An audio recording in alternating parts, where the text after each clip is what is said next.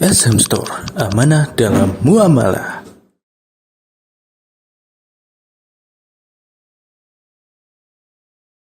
Bismillahirrahmanirrahim. Assalamualaikum warahmatullahi wabarakatuh. Kita masuk ke Abdullah. Di masa Abdul Muthalib ini ada sekitar 3 kisah dan peristiwa yang itu Allah Subhanahu wa taala atau para ulama mengabadikan ketiga kisah ini di dalam kitab-kitab dan karya-karya mereka.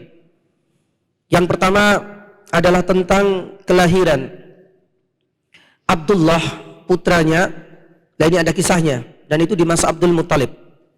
Kemudian yang kedua adalah penemuan sumur Zam-Zam kembali, itu pun di masa Abdul Muthalib. Dan yang ketiga adalah peristiwa gajah yang nanti kita akhirkan di sesi yang kedua. Yang pertama, jamaah dirahmati Allah Subhanahu wa taala. Allah Subhanahu wa taala mengaruniakan Abdul Muthalib ini putra yang cukup banyak. Ada 10 putra ya, dan ada 6 putri. Dari putra-putra Abdul Muthalib ini ada 3 putra Abdul Muthalib yang seayah dan seibu. Kenapa kita sampaikan hal ini?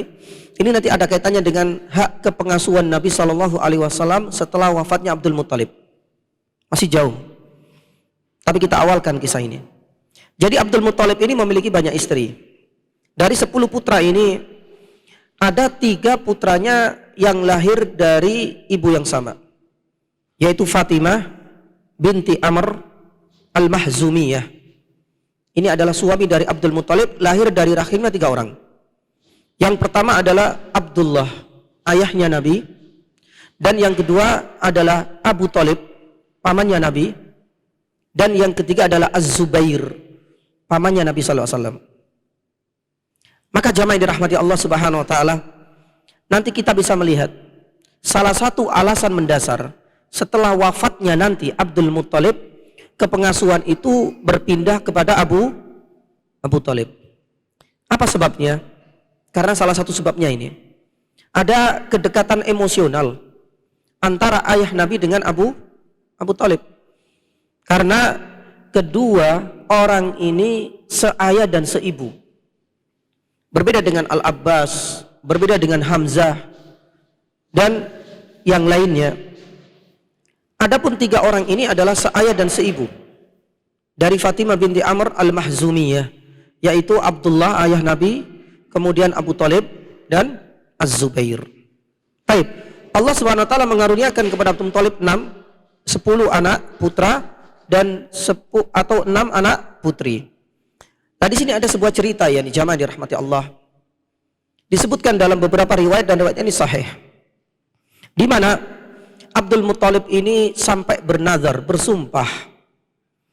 Ya, karena kala itu hanya diberikan 1 anak, Al-Harith, anak tertua.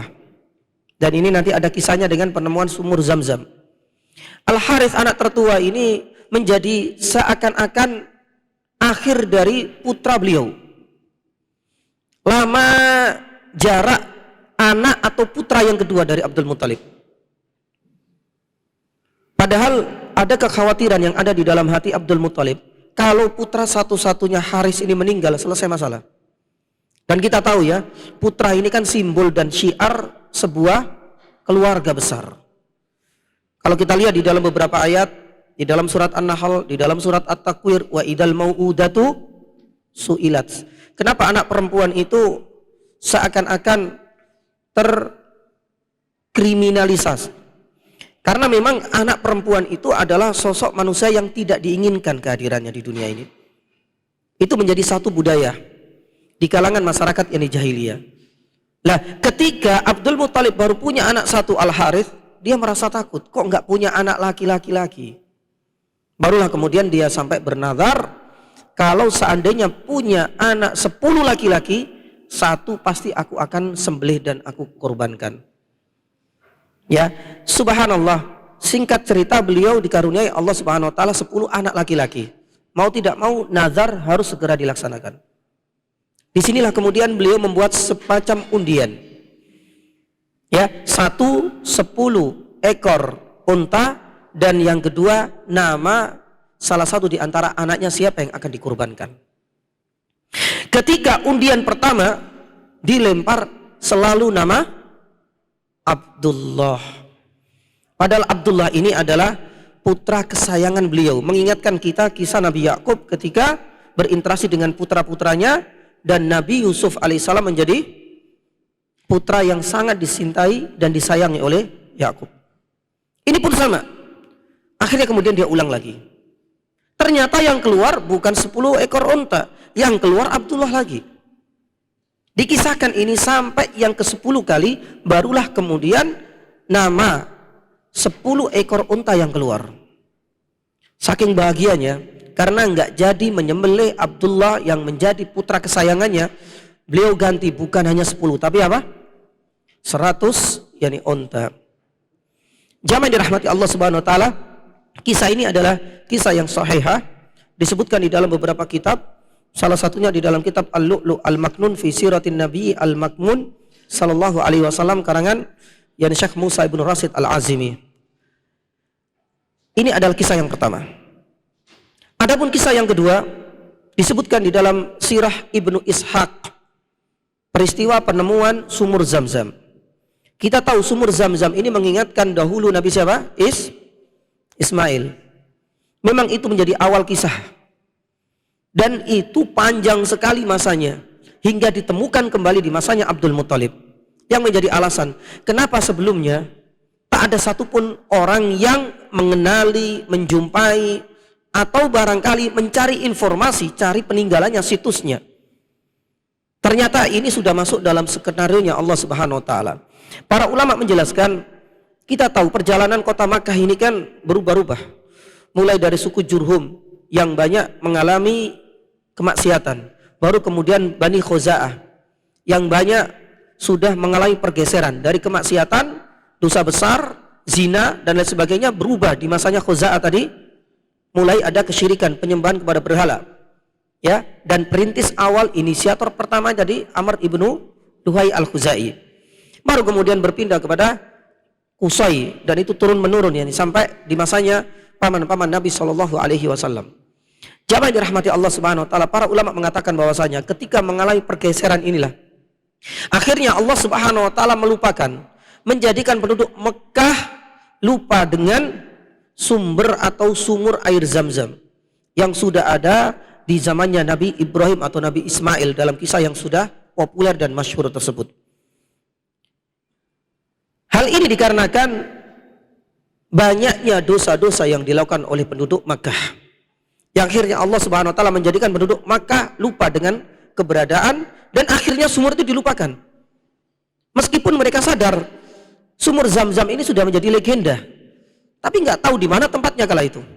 Akhirnya penduduk Makkah sudah melupakan keberadaan sumur yakni Zam-Zam.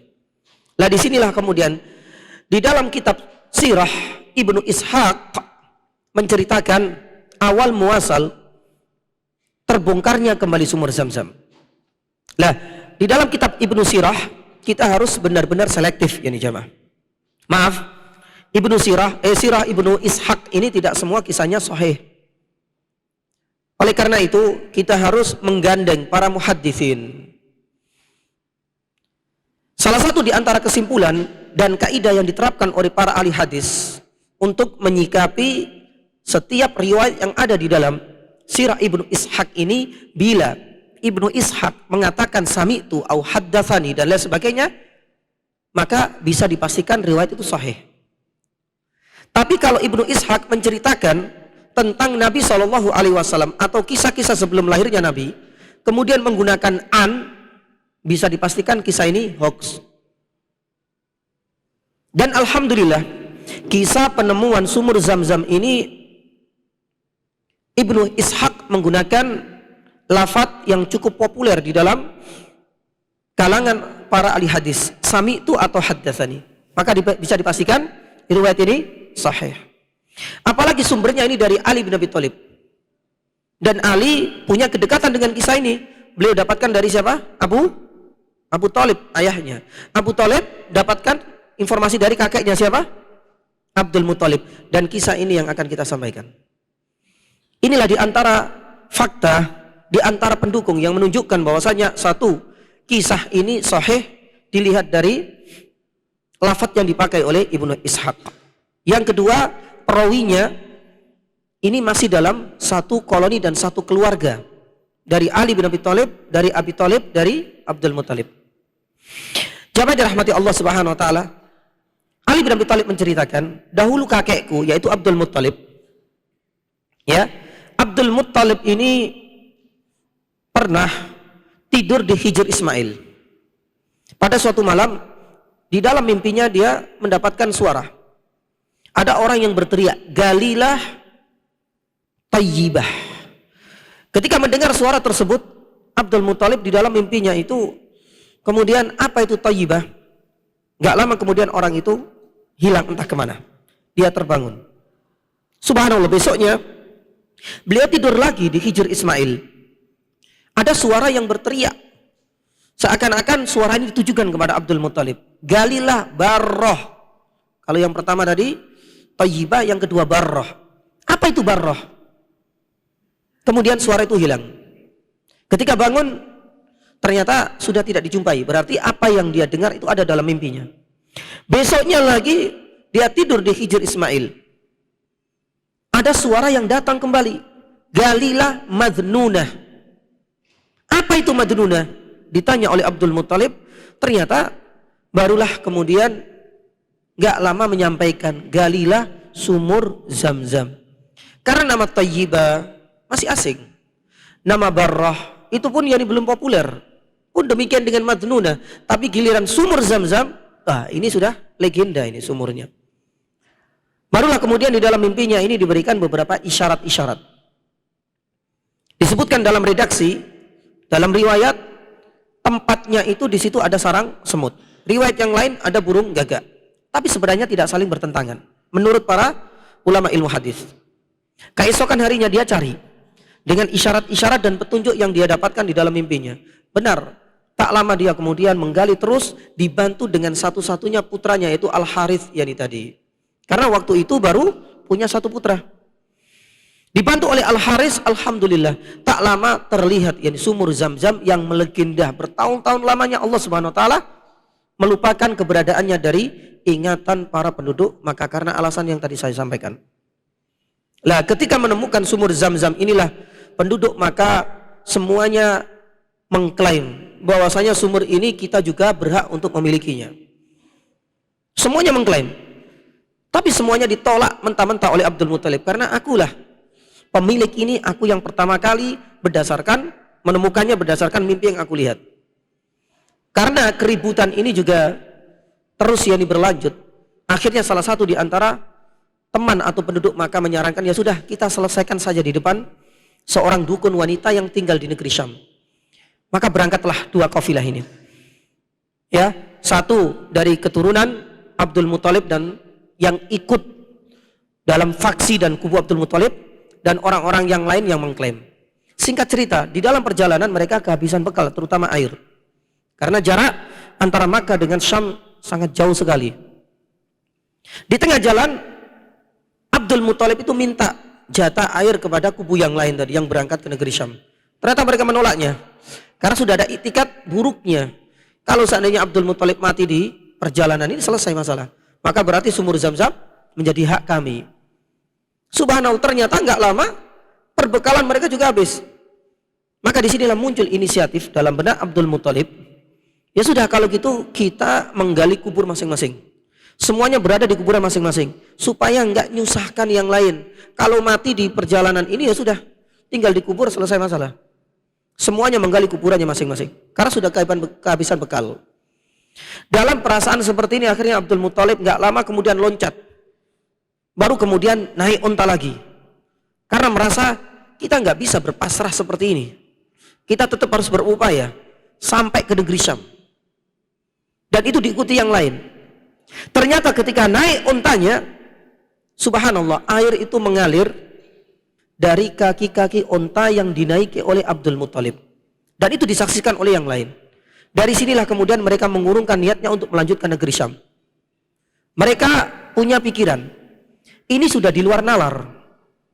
Dan ini menjadi petunjuk bahwa memang Abdul Muthalib lah yang paling berhak untuk menguasai sumur Zamzam. Mereka nggak jadi meneruskan berjalan, mereka balik lagi ke negeri Mekah, dan dari situlah sumur Zam-Zam ya akhirnya kemudian lewat Abdul Muthalib berhak yang mengaturnya. Dan alhamdulillah hingga saat ini kita bisa melihat, kita pun bisa merasakan bagi yang pergi ke sana, subhanallah. Ya, inilah yang kisah, dan kisahnya adalah kisah yang sahih. Baik, adapun kisah yang ketiga jamaah dirahmati Allah tentang peristiwa gajah nanti kita akan akhirkan. Nah, setelah kematian Abdul Muthalib, bukan Abdul Muthalib ya, Abdul Muthalib punya anak Abdullah. Kita akhirkan Abdul Muthalib. Kita lanjut ke Abdullah. Abdullah ini adalah ayah Nabi SAW.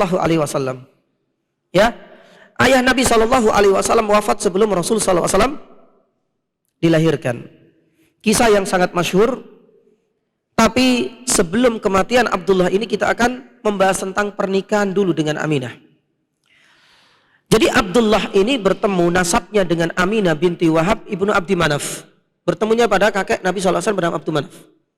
Dan memang biasa ya, di kalangan bangsa Arab itu biasanya antar ailah istilahnya, antar marga itu saling nikah satu dengan yang lain.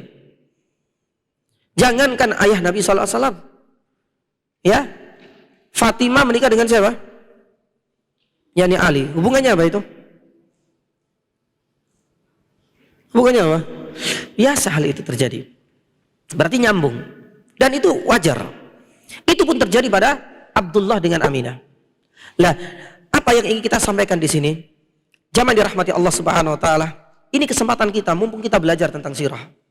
Sekali lagi, sirah ini memang terkadang rentan sekali terkontaminasi dengan riwayat-riwayat yang tidak sahih. Tak terkecuali dengan detik-detik atau masa-masa pernikahannya Abdullah ayah Nabi dengan Aminah. Jamaah dirahmati Allah Subhanahu wa taala, banyak sekali riwayat yang ini adalah bagian dari syubhat yang dialamatkan kepada Abdullah. Salah satu syubhat yang pertama, Abdullah ini dituduh sebagai laki-laki yang punya istri simpanan. Ya, karena menerapkan sistem pernikahan yang namanya istibdha. Apa itu istibdha? Di dalam Sahih Muslim, Aisyah radhiyallahu taala anha pernah menceritakan, istibdha ini adalah salah satu sistem pernikahan yang populer di masa jahiliyah.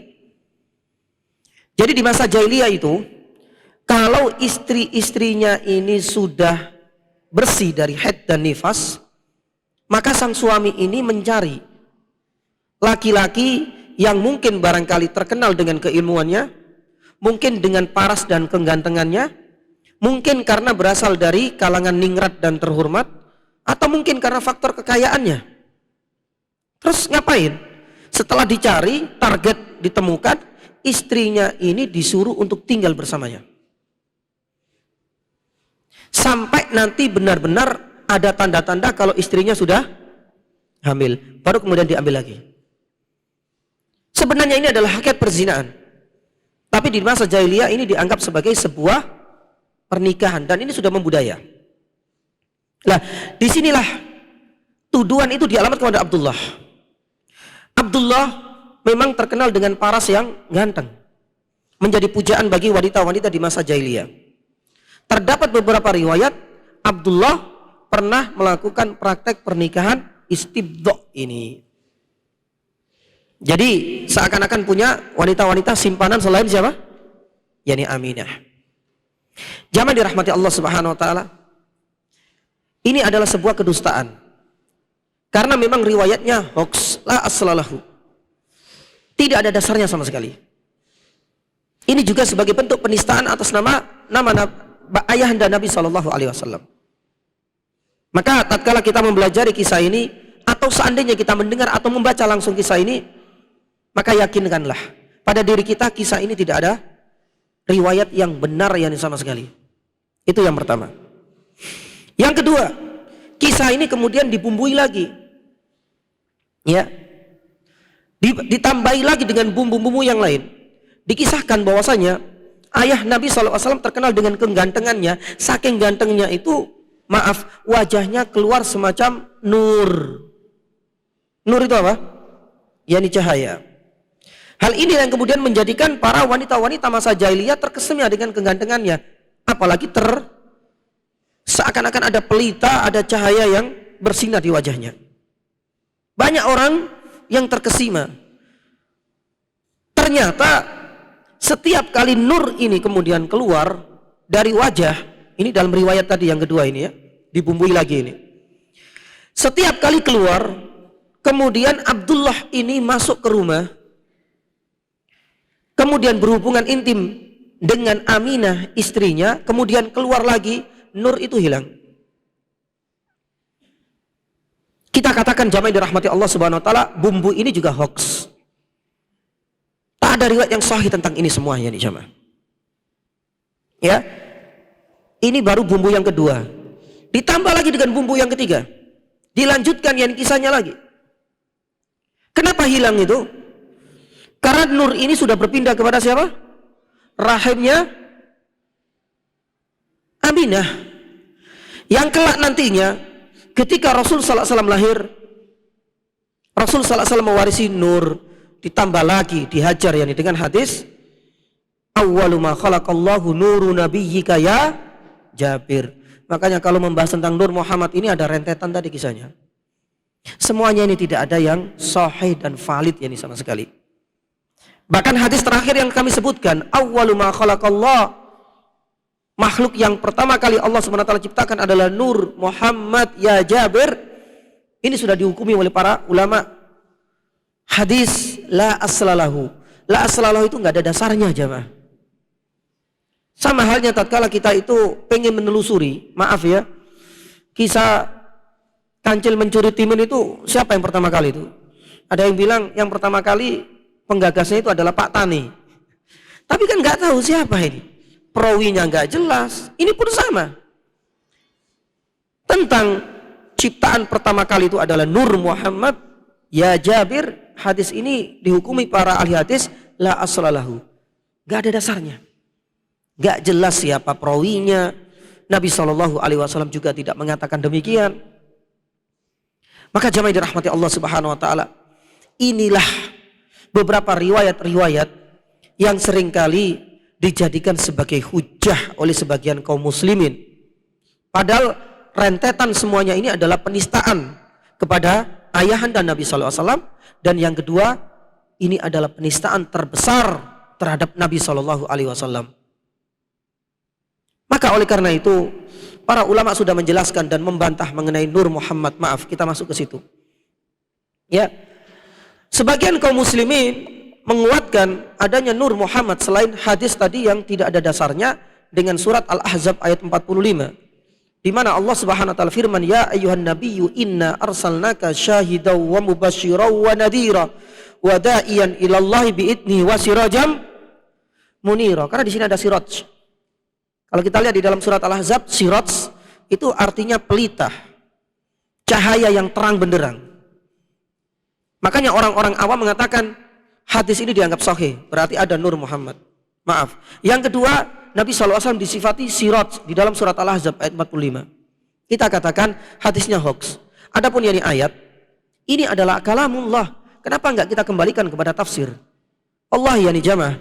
Surat Al-Ahzab ayat 45 ini kalau kita kembalikan kepada buku-buku tafsir, enggak ada satupun di antara para ulama tafsir yang mengatakan sirajan ini adalah cahaya secara fisik.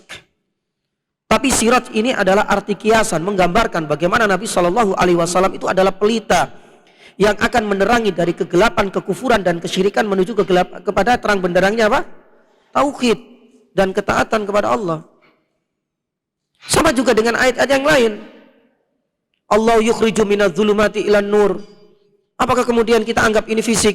Dahulu nggak ada listrik, zulumat dibawa kepada nur, sekarang ada listrik. Nggak ada ulama tafsir yang mengatakan demikian jemaah. Sama juga dengan sirajam munirah, sifat yang Allah Subhanahu wa taala sematkan kepada Nabi kita Muhammad SAW. Pun demikian hal ini juga terbantahkan. Bahkan yang paling parah, di sebagian kaum muslim menyatakan bahwasanya nurnya Muhammad ini lebih terang daripada nurnya matahari. Sampai ditambahi lagi bumbunya. Saking terangnya nur yang keluar dari jasad Nabi SAW, Nabi SAW nggak punya apa? Bayangan. Sampai seperti itu. Ya, nggak punya bayangan. Karena sinar matahari itu terpantul kembali gara-gara nggak kuat dengan kuatnya cahaya nur yang keluar dari jasad Nabi Sallallahu Alaihi Wasallam. Subhanallah, ini semua adalah cerita-cerita hoax ya nih jamaah. Mungkin terlalu banyak, maaf, film-film ya. Kita katakan ya nih jamaah, ya Allah, kita sebagai seorang muslim itu harus benar-benar apa? Ilmiah dalam hal ini. Ini mumpung kita belajar sirah ini. Karena memang ada kaitannya dengan itu semua. Ya, berawal dari ayahnya punya nur, kemudian berpindah kepada rahimnya kepada Nabi Shallallahu Alaihi Wasallam, dibumbui dengan hadis, dengan ayat, padahal itu tidak pas dan ada hadisnya hoax. Kemudian saking kuatnya ditambahi lagi matahari itu sampai mental, sampai Nabi Shallallahu Alaihi Wasallam saking kuatnya cahaya nggak punya yani bayangan. Bahasa kita maaf terlalu norak ya nih jamaah. Kalau seandainya Nabi Shallallahu Alaihi Wasallam itu nantinya nggak punya bayangan, ya. Terus ngapain Nabi Shallallahu Alaihi Wasallam ketika sholat malam? Kalau memang bercahaya misalnya ya, kenapa ketika sholat malam Aisyah radhiyallahu taala anha harus nunggu di jawil? Ngerti di jawil pak ya? Harus nunggu dipegang, dikasih isyarat oleh Nabi Shallallahu Alaihi Wasallam. Seandainya Nabi Shallallahu Alaihi Wasallam punya cahaya, pasti Aisyah sudah akan mengangkat kakinya sebelum Nabi Shallallahu Alaihi Wasallam apa? Ya ini sujud. Nabi Shallallahu Alaihi Wasallam pernah hilang, dicari oleh Aisyah radhiyallahu anha sampai kemudian merangkak-rangkak. Baru kemudian ketika dipegang Nabi Shallallahu Alaihi Wasallam sedang sholat malam. Kalau seandainya Nabi Shallallahu Alaihi Wasallam punya nur secara fisik keluar, gak mungkin Nabi Shallallahu Alaihi Wasallam dicari Aisyah merangkak-rangkak seperti itu. Bahkan Nabi Shallallahu Alaihi Wasallam pernah hilang ketika suatu malam Nabi Shallallahu Alaihi Wasallam punya tugas untuk mendakwai bangsa apa? Jin. Kalau Nabi Shallallahu Alaihi Wasallam ya itu punya cahaya fisik terang benderang sampai kalah sinarnya matahari, kemana-mana Nabi Shallallahu Alaihi Wasallam akan ketahuan. Bahkan Nabi Shallallahu Alaihi Wasallam kalau seandainya punya cahaya yang terang benderang, ketika Nabi Shallallahu Alaihi Wasallam hijrah ke kota Madinah pasti akan yes pokoknya lah seperti itu pak. Intinya ya terlalu banyak sufi ini pak ya. Penyuka yakni film-film imajinasi mungkin. Maaf loh ya. Karena kalau kita kaitkan yakni dengan fakta-fakta ilmiah, riwayat ini ternyata riwayat kan hoax, tidak bisa kita jadikan sebagai hujah dan landasan dalam yakni berdalil. Baik. Dan masih banyak lagi yakni sebenarnya. Termasuk di antaranya ada disebutkan di dalam yakni Sahih Muslim. Nabi Shallallahu Alaihi Wasallam di dalam haji yang terakhir ketika melempar jumrah Aqabah itu sampai kemudian dinaungi, semacam dikasih payung oleh sahabat Nabi Shallallahu Alaihi Wasallam. Ada Bilal dan ada Usamah. Pun demikian dengan penjaga untanya. Nabi Shallallahu Alaihi Wasallam merasa kepanasan ketika melempar yakni jumrah. Kalau seandainya Nabi Shallallahu Alaihi Wasallam dibilang tadi itu nggak punya bayangan, bahkan cahaya matahari kalah dengan bayangan Nabi Shallallahu Alaihi Wasallam, nggak mungkin kemudian para sahabat harus menaungi Nabi Shallallahu Alaihi Wasallam karena kepanasan ketika melempar jumrah. Dalil-dalil ini adalah sebagai bentuk bantahan untuk mereka. Ya mudah-mudahan kita semakin dewasa dan bijak dalam menyikapi riwayat-riwayat yang tidak yakni sahih. Baik, lanjut. Jamaah dirahmati Allah Subhanahu wa taala. Setelah kita menyebutkan tadi mulai dari nasab Nabi Shallallahu Alaihi Wasallam, dua kaidah penting. Kemudian yang kedua adalah pembagian berdasarkan 3 kategori. Kemudian kita mengenal beberapa kakek buyutnya Nabi, mulai dari Quraisy, Qusay, kemudian Abdul Manaf, kemudian Hashim, sampai kemudian Abdul Muttalib dan ayahnya Abdullah. Apa sebenarnya pelajaran yang bisa kita petik dari tema besar kita, nasab Nabi Shallallahu Alaihi Wasallam? Inilah fikih sirahnya. Ada beberapa hal dan ada beberapa pelajaran penting yang bisa kita petik dari pelajaran dan tema nasab Nabi Shallallahu Alaihi Wasallam. Yang pertama, para ulama menyebutkan hal ini menunjukkan bahwasanya Nabi Shallallahu Alaihi Wasallam berasal dari kalangan ningrat, dari nasab yang terhormat, ya. Dan ini mendapatkan pengakuan dari semua orang. Bahkan jangankan itu, ini mendapatkan pengakuan dari Allah Subhanahu wa taala. Bahkan mendapatkan pengakuan dari siapa? Abu Sufyan ketika masih kafir. Kita masih ingat ya, dalam sebuah kisah disebutkan oleh Sahih Bukhari. Ya, disebutkan oleh Bukhari dalam sahihnya. Ketika Abu Sufyan ini punya kesempatan emas untuk menjatuhkan nama Nabi SAW. Tapi dia nggak mungkin untuk bisa menyembunyikan fakta bahwasanya Nabi SAW berasal dari kalangan ningrat. Ketika Abu Sufyan ditanya oleh Raja Heraklius, siapa Muhammad ini yang memiliki banyak pengikut? Seperti apa nasabnya? Apa jawaban dari Abu Sufyan ketika itu? Abu Sufyan mengatakan, huwa fina duna sabin. Lesannya nggak mungkin untuk bisa membohongi. Karena memang nasabnya Nabi SAW itu huwa fina duna sabin. Muhammad ini yang membuat kegaduhan di kota Makkah, memang sejatinya Muhammad ini berasal dari kalangan ningrat. Dia mengatakan duna sabin. Padahal para sejarah mengungkapkan ini adalah kesempatan dan peluang emas bagi Abu Sufyan untuk menjatuhkan nama Nabi SAW. Tapi fakta tidak mungkin dibohongi oleh Abu Sufyan bahwasanya Rasul SAW berasal dari kalangan ningrat. Bahkan hal ini juga diakui oleh para sahabat. Salah satunya adalah Umar bin Khattab. Dan kisah ini mudah-mudahan menjadi pelajaran berharga untuk kita untuk membantah orang-orang Rafidhah. Jamaah dirahmati Allah Subhanahu wa taala, kisah ini mungkin jarang diungkap. Jadi Umar bin Khattab radhiyallahu taala anhu itu kebelet bahasanya, maaf. Pengen banget menikahi salah satu putri dari Ali bin Abi Thalib radhiyallahu taala anhu. Kita hanya mengenal Ali punya Hasan dan Husain. Beliau juga punya putri. Ya, salah satu putrinya bernama Ummu Kulsum. Ada apa dengan Ummu Kulsum ini? Putri dari Ali bin Abi Thalib radhiyallahu taala anhu dikejar terus oleh Umar bin Khattab. Dalam bahasa riwayat itu alaha yulihu, selalu meminta kepada Ali agar menikahkan putrinya dengan dirinya, dengan Umar bin Khattab. Pada suatu hari Ali menjadi penasaran, kenapa sih kok kebelet seperti itu pengen menikahi putriku? Akhirnya kemudian Umar bin Khattab radhiyallahu taala anhu menuturkan, saya teringat dengan sabda Nabi sallallahu alaihi wasallam, kullu nasabin wa sababin munqati'un yaumul qiyamah illa sababi wa nasabi. Nasabnya Nabi Shallallahu Alaihi Wasallam itu adalah nasab yang paling mulia. Paling tidak aku pengen lebih dekat dengan nasabnya Nabi Shallallahu Alaihi Wasallam, dan yang paling dekat itu adalah lewat wasilah putrimu. Akhirnya Ali bin Abi Thalib melepas putrinya untuk dipersunting Umar bin Khattab radhiyallahu taala anhu. Dari pernikahan inilah kemudian Allah Subhanahu wa taala mengaruniai dua anak. Yang pertama Zaid dan yang kedua adalah Ruqayyah. Kisah ini sahih. Dan sebenarnya kisah ini adalah bantahan kepada orang-orang Rafidhah. Mereka berani menyatakan bahwasanya Umar harus dilaknat, Umar kafir, Umar murtad. Tapi kenyataannya kalau memang demikian, mungkin enggak seorang ayah melepas putrinya dinikahkan dengan orang yang paling dibenci, orang yang dimurtadkan, orang kafir? Kan enggak mungkin. Ini adalah kisah nyata dan ini adalah kisah yang sahih, dan sebenarnya ini adalah peluru dan modal bagi kita untuk membantah yakni mereka.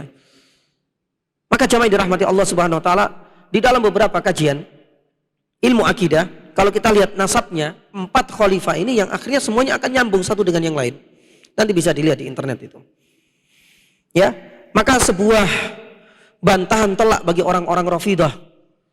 Mereka mewajibkan para pengikutnya untuk melaknat Abu Bakar, melaknat yakni Umar, pun demikian dengan Utsman radhiyallahu taala anhum ajmain, dan Aisyah yakni juga tidak luput dari celaan dan laknatnya. Padahal kalau kita runtut semuanya, kelak satu dengan yang lain itu kadang-kadang jadi besan dari anaknya, jadi mantu dengan ininya, subhanallah. Tapi ini yang seringkali disembunyikan oleh orang-orang yakni Rafidhah. Intisarinya jamaah yang dirahmati Allah adalah ucapan dari Umar bin Khattab yang pernah mendengar sabda Nabi Shallallahu Alaihi Wasallam, menunjukkan bahwasanya nasab Nabi Shallallahu Alaihi Wasallam itu amat mulia, berasal dari kalangan ningrat, diakui oleh Abu Sufyan ketika masih kafir, dan itu yang dikejar oleh siapa? Umar bin Khattab radhiyallahu taala anhu. Kemudian yang berikutnya, yang kedua, ya, apa alasan Allah Subhanahu wa taala mentakdirkan Nabi Shallallahu Alaihi Wasallam dari kalangan ningrat, kok enggak dari kalangan budak, hamba sahaya misalnya? Apa alasannya? Ada beberapa alasan yang dikemukakan oleh para ulama jamaah. Kenapa Allah Subhanahu wa taala mentakdirkan Rasulullah dari kalangan suku Quraisy yang terhormat, kalangan ningrat, meskipun kelak Nabi Shallallahu alaihi wasallam itu harus mengalami penderitaan yang sangat pahit, lahir tanpa kehadiran sang ayah. Tapi secara nasab kita tidak mungkin untuk bisa membohongi fakta yang ada bahwasanya Nabi Shallallahu alaihi wasallam dari kalangan ningrat. Apa alasannya? Para ulama menyebutkan, dan ini sudah masuk skenario Allah, subhanallah ya. Yang pertama, para ulama menyebutkan hal ini agar bisa memudahkan dakwah Nabi Shallallahu alaihi wasallam di kemudian hari. Ya. Hal ini agar memudahkan dakwah Nabi Shallallahu alaihi wasallam di kemudian hari. Maka oleh karena itu Nabi Shallallahu alaihi wasallam ketika dari kalangan ningrat, salah satu misinya kan penyetaraan kan? Inna akramakum indallahi atqakum. Orang yang paling mulia di sisi Allah adalah orang yang bertakwa. Tanpa melihat latar belakang, ras, mungkin kekayaan, mungkin barangkali prestasi. Yang penting yang paling bertakwa. Karena Nabi Shallallahu alaihi wasallam tidak memandang kepada ras, jabatan, pun demikian dengan nasab sebenarnya. Tapi ketika Allah Subhanahu wa taala sudah mentakdirkan Rasulullah Shallallahu alaihi wasallam dari kalangan ningrat, ternyata hal ini akan memudahkan proses dakwah di kemudian hari. Hal ini tentunya agak sedikit berbeda kalau seandainya Nabi Shallallahu alaihi wasallam dari kalangan budak. Kemudian ketika berdakwah harus ada penyetaraan.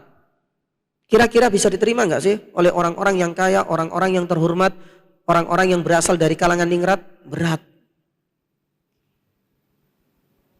Mungkin barangkali banyak orang yang akan menolak dakwah Nabi Sallallahu Alaihi Wasallam dengan anggapan Nabi Muhammad ini pengen pansos ini saja. Oh pansos ya Pak? Ya, pengen menaikkan derajat statusnya. Tapi subhanallah, untuk menutup celah ini, Allah Subhanahu wa taala mentakdirkan Rasulullah Sallallahu alaihi wasallam berasal dari kalangan ningrat. Ketika minta penyetaraan, orang-orang merasakan oh enggak masalah. Lawan Muhammad juga berasal dari kalangan ningrat. Dan inilah yang kemudian menjadikan banyak dari kalangan budak, fuqara wal masakin langsung mengijabai dakwah Nabi Sallallahu alaihi wasallam. Yang kita tahu masa jahiliyah ini kan banyak sekali kasta kan? Ya, ada budak wanita pun yani subhanallah tak ubahnya bahkan tidak bernilai dari seharga dan sebongkah tanah dan batu. Makanya kita sampaikan tadi banyak anak-anak perempuan mereka harus ya meregang nyawa di masa kecilnya karena dikubur hidup-hidup. Tapi di masanya Nabi Shallallahu alaihi wasallam penyetaraan hal inilah salah satu misi yang memudahkan bagi kalangan ningrat bisa menerima, gak berat, apalagi dari kalangan yang ada di bawahnya. Ini yang pertama ya nih jamaah. Ya, tapi para ulama menjelaskan jamaah yang dirahmati Allah, nasab yang mulia itu bukan satu-satunya tolak ukur kesuksesan kita dalam berdakwah. Itu penting. Bukan berarti kemudian Nabi SAW dari kalangan ningrat, sedangkan kita bukan dari kalangan ningrat. Kayaknya berat ini kalau saya berdakwah. Enggak juga. Makanya Rasulullah SAW pernah bersabda, "Khiyarum fil jahiliyah, khiyaruhum fil Islam idza faqihu." Ini nilai plus ya ini saja.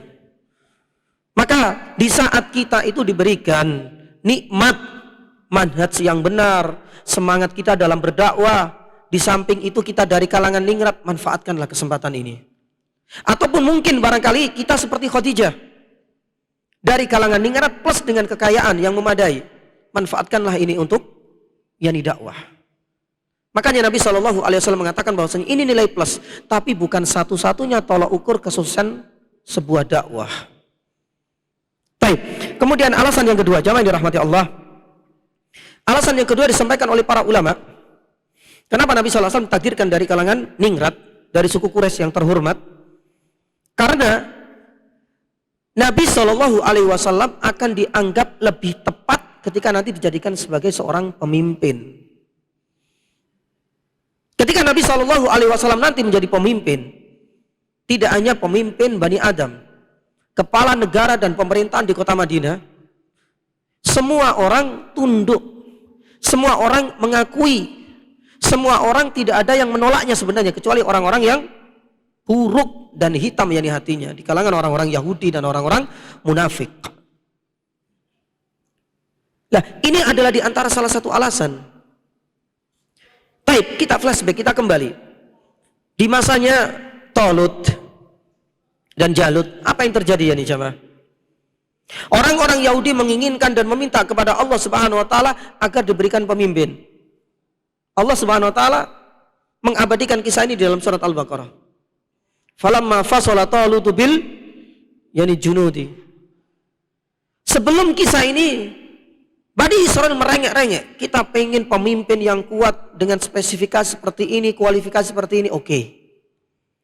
Tapi ketika Allah Subhanahu wa taala mengirim, falamma fasala Talut yang kemudian dikasih, apakah mereka menerima?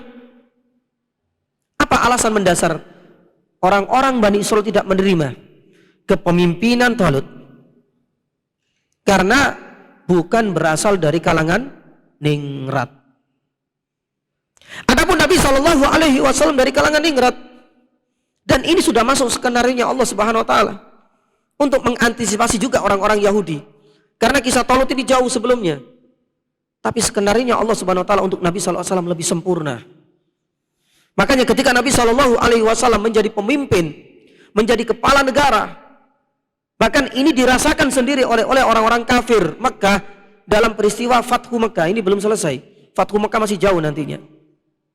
Apa yang dirasakan oleh orang-orang yang ada di kota Makkah sebelum Nabi Shallallahu Alaihi Wasallam membawa para sahabat untuk menaklukkan kota Makkah? Mereka semua mengatakan dengan lisannya, kalau nanti benar-benar Muhammad ini menaklukkan kota Makkah, insya Allah Muhammad ini nggak akan mendolimi kita. Karena Muhammad ini berasal dari karangan ningrat, dari suku Quraisy, dan kami pun dari suku yang terhormat yani pula. Dan itu diakui oleh penduduk Makkah kala itu.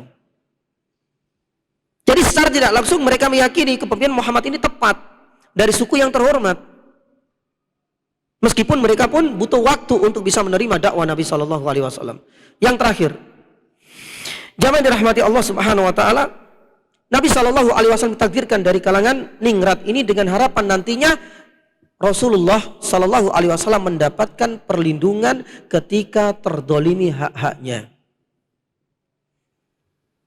Satu, memudahkan dakwah, misi dakwah Nabi Shallallahu Alaihi Wasallam. Yang kedua, dirasa nanti tepat memang menjadi pemimpin karena bukan dari kalangan budak, maaf. Yang ketiga, harapan Nabi Shallallahu Alaihi Wasallam nantinya bisa mendapatkan perlindungan, jaminan keamanan ketika terdolimi hak-haknya. Dahulu pernah kita sampaikan ya, kenapa bangsa Arab itu terpilih menjadi tempat kenabian terakhir? Salah satunya adalah fanatisme kesukuan yang masih kental. Dan ini pun terjadi pada Nabi Shallallahu Alaihi Wasallam. Makanya kita bisa melihat bagaimana Abu Thalib berjuang, berkorban mati-matian dalam membela Nabi Shallallahu Alaihi Wasallam. Ini pun tidak luput karena apa? Yani faktor kesukuannya ini. Karena suku Quraisy adalah suku yang terhormat. Kecintaan Abu Thalib ini adalah kecintaan secara tabiat, secara fitri kepada keponakannya sendiri. Tapi tidak bisa dipisahkan bahwasanya inilah bagian dari kekuatan fanatisme kesukuan suku Quraisy yang begitu kental. Tidak hanya ini jamaah, nanti ada kisah yang namanya boikot. Ya, boikot itu sebenarnya kalau kita tilik gara-gara satu orang, Nabi Shallallahu Alaihi Wasallam. Tapi semuanya kena getahnya. Tapi tidak menyalahkan Nabi Shallallahu Alaihi Wasallam. Mereka ikut merasakan penderitaan selama 3 tahun diboikot oleh suku-suku yang lain. Kalau seandainya di zaman ini mungkin enggak, sudah gara-gara satu orang ya sudah ini saja. Meskipun itu anaknya, meskipun itu adiknya, meskipun masih keluarganya. Tapi dalam bangsa Arab suku Quraisy kental ya ini sekali. Dan inilah di antara hikmah terbesar sempurnanya skenario Allah Subhanahu Wa Taala ya dalam mentakdirkan Rasulullah Sallallahu Alaihi Wasallam berasal dari kalangan ningrat dan nasab yang terhormat. Allah Taala alam bisawab. Selanjutnya jamaah yang dirahmati Allah Subhanahu Wa Taala, kita akan langsung sambung dengan peristiwa apa? Yani gajah. Sebenarnya kalau peristiwa gajah ini kalau ada peta lebih nyaman ya. Tapi ya mudah-mudahan agak sedikit mudeng ya. Kalau peta Semenanjung Arab ada gambaran nggak? Nggak ada ya. Saya lupa dulu ya. Paling enggak ada, kalau ada. Saya dulu pernah minta kalau enggak salah. Barangkali disiapkan, tapi qadarullah. Mungkin saya lupa 2 hari 3 hari ini ya. Jadi sebenarnya peristiwa gajah ini tidak bisa dipisahkan dengan kerajaan Himyar di Yaman. Jadi ada 3 negara atau 3 kota penting. Satu Habasyah atau yang kita kenal dengan Ethiopia di benua Afrika. Kalau gambarnya peta itu berarti sebelah kiri, ya itu kan benua Afrika kan. Ada Mesir dan lain sebagainya sebelah kiri. Kemudian diapit oleh laut apa? Merah. Baru kemudian di sini ada semenanjung Arab. Yang paling bawah apa? Ya, Yaman. Indonesia di sini. Nggak tahu biaya Indonesia di mana. Biasanya kalau haji kan, ya mikotnya kita itu mengikuti apa? Yaman. Taib. Lah di sini di bawah ini ada Yaman. Kalau kita lihat peta, naik sedikit nanti ada Makkah, naik sedikit nanti ada Madinah, naik sedikit nanti ada Syams. Lah kita ingin bercerita pada 3 kota penting. Atau 3 negara. Yang pertama adalah Ethiopia atau Habasyah yang kita kenal, yang kedua Yaman, dan yang ketiga Mekah itu sendiri. Sebenarnya peristiwa gajah ini sudah diabadikan dalam beberapa buku-buku sejarah. Sirah Ibnu Hisham mencantumkan. Bahkan semua kitab sejarah hampir dipastikan mencantumkan kisah ini. Bahkan di dalam kitab tafsir pun mencantumkan. Surat apa? Surat Al-Fil. Ya, kalau pengen tahu kisahnya, buka saja salah satunya tafsir Al-Quran Al-Azim karangan Ibnu Katsir rahimahullah ta'ala. Beliau akan sebutkan kisah yang begitu lengkap. Nah, di sini saya akan mencoba untuk mengaitkan antara surat Fil dengan surat Al-Buruj. Ada apa dengan surat Al-Buruj ini jamaah? Ini adalah 2 surat yang cukup berjauhan, meskipun masih dalam satu juz yang sama. Karena ada korelasi dan ada hubungan kisah antara surat Al-Buruj ayat yang keempat dan setelahnya dengan surat Al-Fil. Karena semua kisah pasukan Abraha ketika menyerang kota Makkah itu tidak bisa dilepaskan dari kisah yang ada di dalam surat Al-Buruj ayat yang keempat dan setelahnya. Surat Al-Buruj ayat yang keempat, Allah Subhanahu wa taala firman, "Qutila ashabul ukhdud." Ada apa dengan ashabul ukhdud? Ya, ini adalah kisah yang terjadi di kerajaan Himyar. Kerajaan Himyar ini adalah kerajaan yang berkuasa di negeri Yaman. Jadi kita mulai dari Yaman dulu. Ya, Yaman ini. Dahulu kerajaan yang berkuasa adalah kerajaan Himyar. Yang dulu pemimpinnya semuanya turun-menurun beragama Nasrani. Hingga pada saatnya ketika kekuasaan ada di tangan Dzunuwas. Namanya Dzunuwas. Ini kemudian keyakinannya berubah. Rakyatnya dipaksa untuk meyakini Yahudi sebagai agama resmi kenegaraan yang ada di kerajaan Himyar di Yaman kala itu. Padahal bapaknya dulu Nasrani. Anaknya ini yang menggantikannya Dzunuwas mengganti agama resmi menjadi agama Yahudi. Konsekuensinya apa? 20.000 orang dibakar. Nanti bisa dilihat tafsirnya di dalam surat Al-Buruj ayat yang kelima, ayat keempat dan setelahnya. Qutila ashabul ukhdud an-nari datil waqud idhum 'alaiha qu'ud. Siapapun yang tidak mau mengikuti agama baru yang sudah ditetapkan oleh Dzunuwas, maka jalan-jalan ini dibuat parit. An-nari datil waqud. Kemudian dibuat semacam kobaran, yakni api dari kayu bakar. Semua orang akan dilemparkan satu persatu, dibakar itu. 20.000 orang rakyatnya yang beragama Nasrani meregang nyawa. Kecuali beberapa orang, salah satunya namanya Daus Dzu Sa'laban. Allah Subhanahu wa taala selamatkan orang ini. Daus Dzu Sa'laban ini diselamatkan oleh Allah Subhanahu wa taala. Akhirnya larinya ke Habasyah.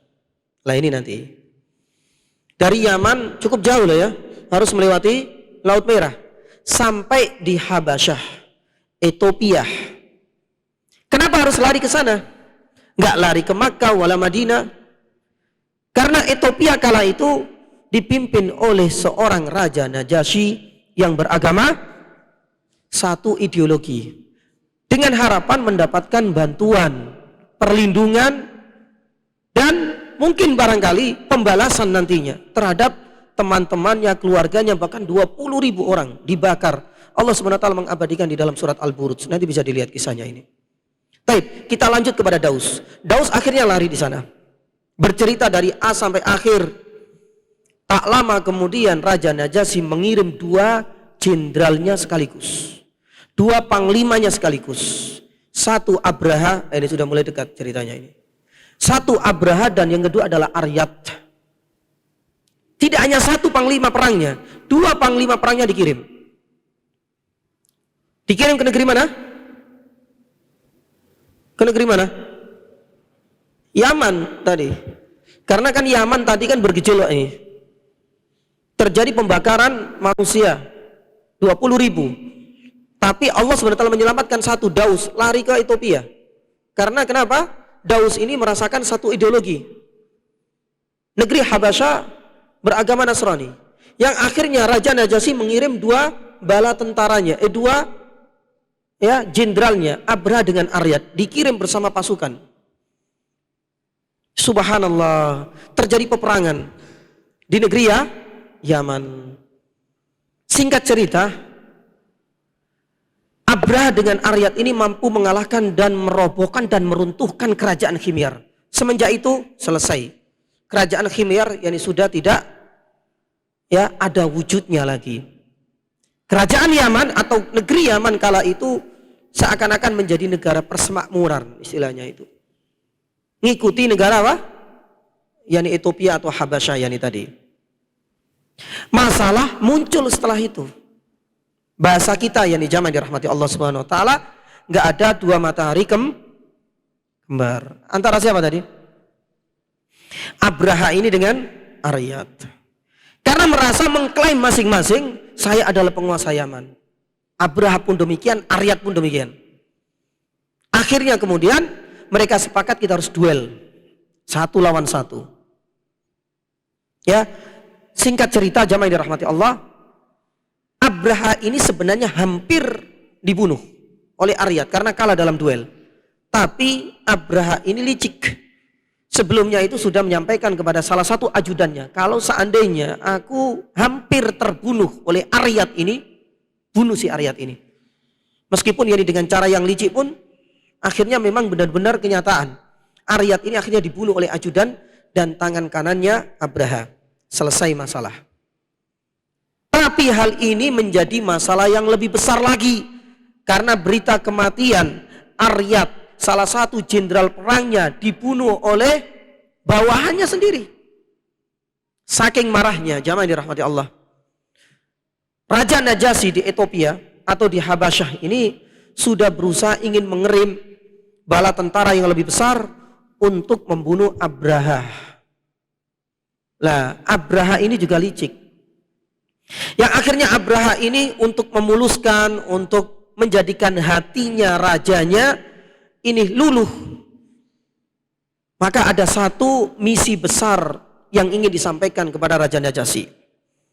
Salah satunya adalah dengan ngasih hadiah harta benda yang begitu banyak, karena ini harta rampasan kerajaan Himyar sudah diruntuhkan olehnya. Dan yang kedua, janjinya Raja Abraha ini untuk membangun gereja dan tempat ibadah yang sangat besar dan megah dan tinggi menjulang. Akhirnya hati dari Raja Najasyi ini luluh. Ya sudah, kalau memang seperti itu nggak ada masalah. Jamaah dirahmati Allah Subhanahu wa taala.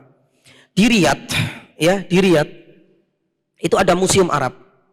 Ya, ternyata Raja Abraha ini adalah seorang misionaris. Ya, terungkap. Jadi bukan hanya sekedar raja, tapi dia adalah seorang dai-nya orang-orang Nasrani. Terbukti di museum yang Arab di Riyadh itu ditemukan beberapa, bahasa kita mungkin sisa-sisa peninggalan tempat ibadah. Salah satunya di Son'a itu ada 2 gereja yang dibangun atas perintah Raja Abraha. Yang paling besar tadi namanya Al-Qulais. Kemudian di perbatasan antara Yaman, ya, itu juga ditemukan. Bahkan di Taif yani pun itu juga ditemukan. Makanya inilah bagian dari usaha seorang Raja Abraha yang sebenarnya latar belakangnya, statusnya dia adalah seorang misionaris. Nah, di sini kita berbicara masalah Qulais. Karena Qulais ini, kata Ibnu Katsir rahimahullah taala, saking tingginya altar itu, kalau orang itu pakai topi kemudian melihat ujung paling tingginya altar dari tempat ibadah yang namanya Qulais itu, topinya akan jatuh. Dan itu kemudian dipermak sedemikian rupa dengan emas dan permata. Sebenarnya ada misi, lah makanya dia misionaris. Dalam hatinya dibuat gereja yang begitu besar itu karena demi untuk mengalihkan perhatian sebagian suku-suku yang ada di Yaman yang masih mengkultuskan Ka'bah, padahal tempatnya lebih jauh. Maaf, kala itu tidak semegah saat ini. Kiswah dengan begitu megahnya dan meriahnya dengan hiasan-hiasan. Kalau dahulu enggak, ya semacam masih kubus ya, ini seperti itu. Bangunan kuno. Tapi dalam benak Abraha, ngapain mereka harus mengkultuskan ke sana? Padahal jaraknya sekitar 1000 kilometeran. Maka disinilah kemudian keinginan dari Abraha yang memang latar belakangnya seorang misionaris membuat tempat ibadah yang lebih megah, yang lebih mewah dengan harapan beberapa suku-suku kecil, terutama dari suku Kinanah, ya, yang ada di mana anak keturunan dari Adnan yang masih banyak di Yaman itu mengalihkan perhatiannya ke Al-Qulais, yakni itu. Singkat cerita, yakni jamaah. Berita adanya tempat ibadah yang begitu menjulang tinggi dan megah ini terdengar oleh salah seorang dari Bani Kinana yang ada di kota Makkah. Berusaha menempuh jarak yang cukup panjang dan jauh dari Makkah ke Yaman. Makanya di sini ada beberapa riwayat. Ada yang mengatakan akhirnya kemudian dia membakar di dalam tempat ibadah tersebut. Ada yang mengatakan ya istilahnya vandalisme, ya, mengotori tempat ibadah tersebut. Kemudian setelah diinvestigasi ditemukan bahwasanya pelakunya berasal dari kota Makkah. Ini sudah mulai dekat peristiwa ini. Merasa ternistakan tempat ibadahnya oleh salah satu pemuda dari Bani Kinana yang datang dari kota Makkah, disinilah kemudian gaung bersambut. Abraha berusaha untuk merobohkan, karena ini menjadi salah satu hujah yang kuat untuk memusnahkan dan merobohkan yakni Ka'bah. Nah ini sudah ceritanya sudah mulai berpindah. Kalau tadi masih kisah-kisahnya di surat Al-Burud, sekarang sudah mendekati surat apa? Al-Fil. Karena memang ada korelasi yang kuat. Jamaah dirahmati Allah Subhanahu wa taala. Abraha ini enggak menganggap ini perkara enteng. 60.000 pasukan dibawa olehnya. Pun demikian dengan pasukan bergajah. Disebutkan dalam riwayat ada yang mengatakan 8, ada yang mengatakan 12. Yang paling gede namanya Mahmud. Maaf kalau di sini ada yang namanya Mahmud ya. Ya, kesamaan nama nggak ada masalah ya, insya Allah ya. Yang penting hakikatnya, esensinya berbeda. Lah, gajah yang paling besar ketuanya ini Mahmud. Ada yang mengatakan 8, ada yang mengatakan 12. Berangkatlah 60.000 pasukan disertai dengan pasukan bergajah ini. Subhanallah. Perjalanan yang cukup panjang, mulai dari kota Yaman sampai di kota Makkah. Ini menempuh jarak sekitar 1.100-an kilometer. Di sini ada 3 penghadangan, pergolakan dari suku-suku Arab, tapi semuanya gagal total. Mulai dari penghadangan dari suku Arab yang dikepalai oleh Dzunafar. Maaf, Dzunafar ini adalah kepala suku, tapi ternyata juga nggak mampu membendung pasukan yang dianggap lebih kuat, lebih hebat daripada penduduk asli pedalaman dari suku Dzunafar ini. Kemudian dihadang lagi, ya, sebelum mendekati kota Makkah oleh Nufail ibnu Habib al-Khash'ami. Sama juga, akhirnya ketuanya ini Nufail ibnu Habib al-Khash'ami ditahan dan dijadikan sebagai guide, penunjuk arah, penunjuk jalan oleh Abraha hingga sampai di kota Makkah. Sudah mendekati Taif. Ya, Taif ini sudah dekat ini. Dari Bani Thaqif pun menghadang. Tapi apalah daya, kekuatan pasukan bergajah dan 60.000 pasukan yang dibawa oleh Abraha lebih kuat. Dan salah satu yang ditakutkan oleh penduduk Taif itu adalah dikhawatirkan satu berhala yang paling dikultuskan di situ akan dirobohkan oleh pasukan bergajah. Yang akhirnya mereka menyerah. Coba kita lihat. Ternyata gagal totalnya 3 suku yang berbeda ini nanti ada kaitannya dengan apa? Suku Quraisy. Ketika semuanya nggak mampu, tapi nanti kita bisa melihat bagaimana endingnya Allah Subhanahu wa taala menyelamatkan suku Quraisy ini. Barulah kemudian di tempat yang namanya Al-Mughammash. Al-Mughammash ini kalau saat ini lebih dekat dengan Padang Arafah. Jarak antara gerbang kota Makkah ini dengan Arafah sekitar 20 kilometeran lah paling tidak.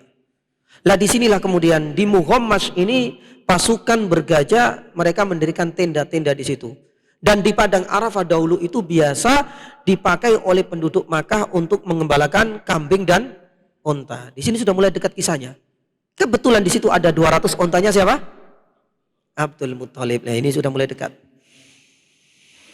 Maka di sini jamaah dirahmati Allah, ketua tim yang penyisir ya biasa ya. Kalau ada pasukan yang membuat barak-barak, tenda-tenda kan ada tim penyisir yang diketahui oleh Al-Aswad ibnu Al-Maksud. Al-Aswad ibnu Al-Maksud ini diperintahkan untuk menyisir di beberapa tempat di sekitar Al-Mughammash, daerah Padang Arafah saat ini. Ternyata disitulah kesempatan bagi Al-Aswad ibnu Al-Maksud untuk mensweeping dan mengambil 200 onta Abdul Muthalib, diambil. Diserahkan kepada Abraha, dan Abraha ini memang punya strategi. Dari dulu dia itu kesengsem dengan Abdul Muthalib. Karena Abdul Muthalib kala itu namanya ya sudah melambung tinggi, sudah dikenal sebagai pemimpin bangsa Arab, pemimpin kota yakni Makkah. Bahkan terkenal dengan kesempurnaan fisiknya dan kegantengan dan keelokan wajahnya. Ini kesempatan yang dibagi Abraha untuk bisa bertemu. Makanya di sweeping tadi, ditahan 200 ontanya. Maka dikirimlah seorang yang diplomat, ya, dikirim oleh Abraha untuk menyampaikan hal ini. Enggak lama kemudian Abdul Muthalib mendatangi baraknya dan tendanya Abraha. Subhanallah. Karena dari awal sudah kesengsem dengan Abdul Muthalib, yang biasanya ada tamu-tamu agung itu enggak pernah beranjak dari singgasananya si Abraha. Tapi giliran Abdul Muthalib yang datang, dia langsung menyambutnya dan turun dari singgasananya. Tapi kita tahu, kisah sudah masyhur. Abdul Muthalib enggak neko-neko. Dia datang hanya ingin meminta apanya? yakni ontanya. Dari sini kemudian Abraha sudah enggak simpatik lagi. Aku dulu simpati denganmu, tapi ternyata Anda adalah seorang yang egois. Kami membawa bala tentara ini untuk menghancurkan Ka'bah, kotamu dan pendudukmu. Tapi engkau datang ke sini hanya memikirkan apa?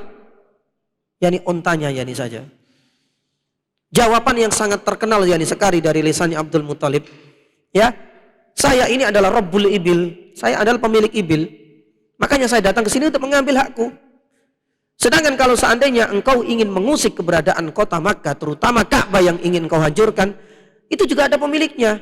Itu urusanmu antara dirimu dengan si pemilik, yakni Ka'bah. Saya enggak ikut-ikutan. Lah berarti ini sudah menjadi apa? Skyward ini sudah tanda-tanda. Jarak 20 kilo sudah dekat.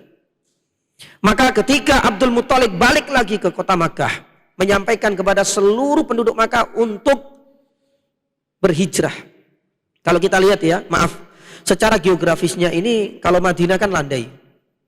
Tapi kalau Makkah itu dikelilingi oleh apa? Ya di bukit-bukit. Maka di sini semua penduduk Makkah mau tidak boleh ada yang tinggal di situ. Abdul Muthalib meyakinkan bahwasanya sekali lagi kota Makkah ini mau dihancurkan dan Ka'bah ini ada pemiliknya.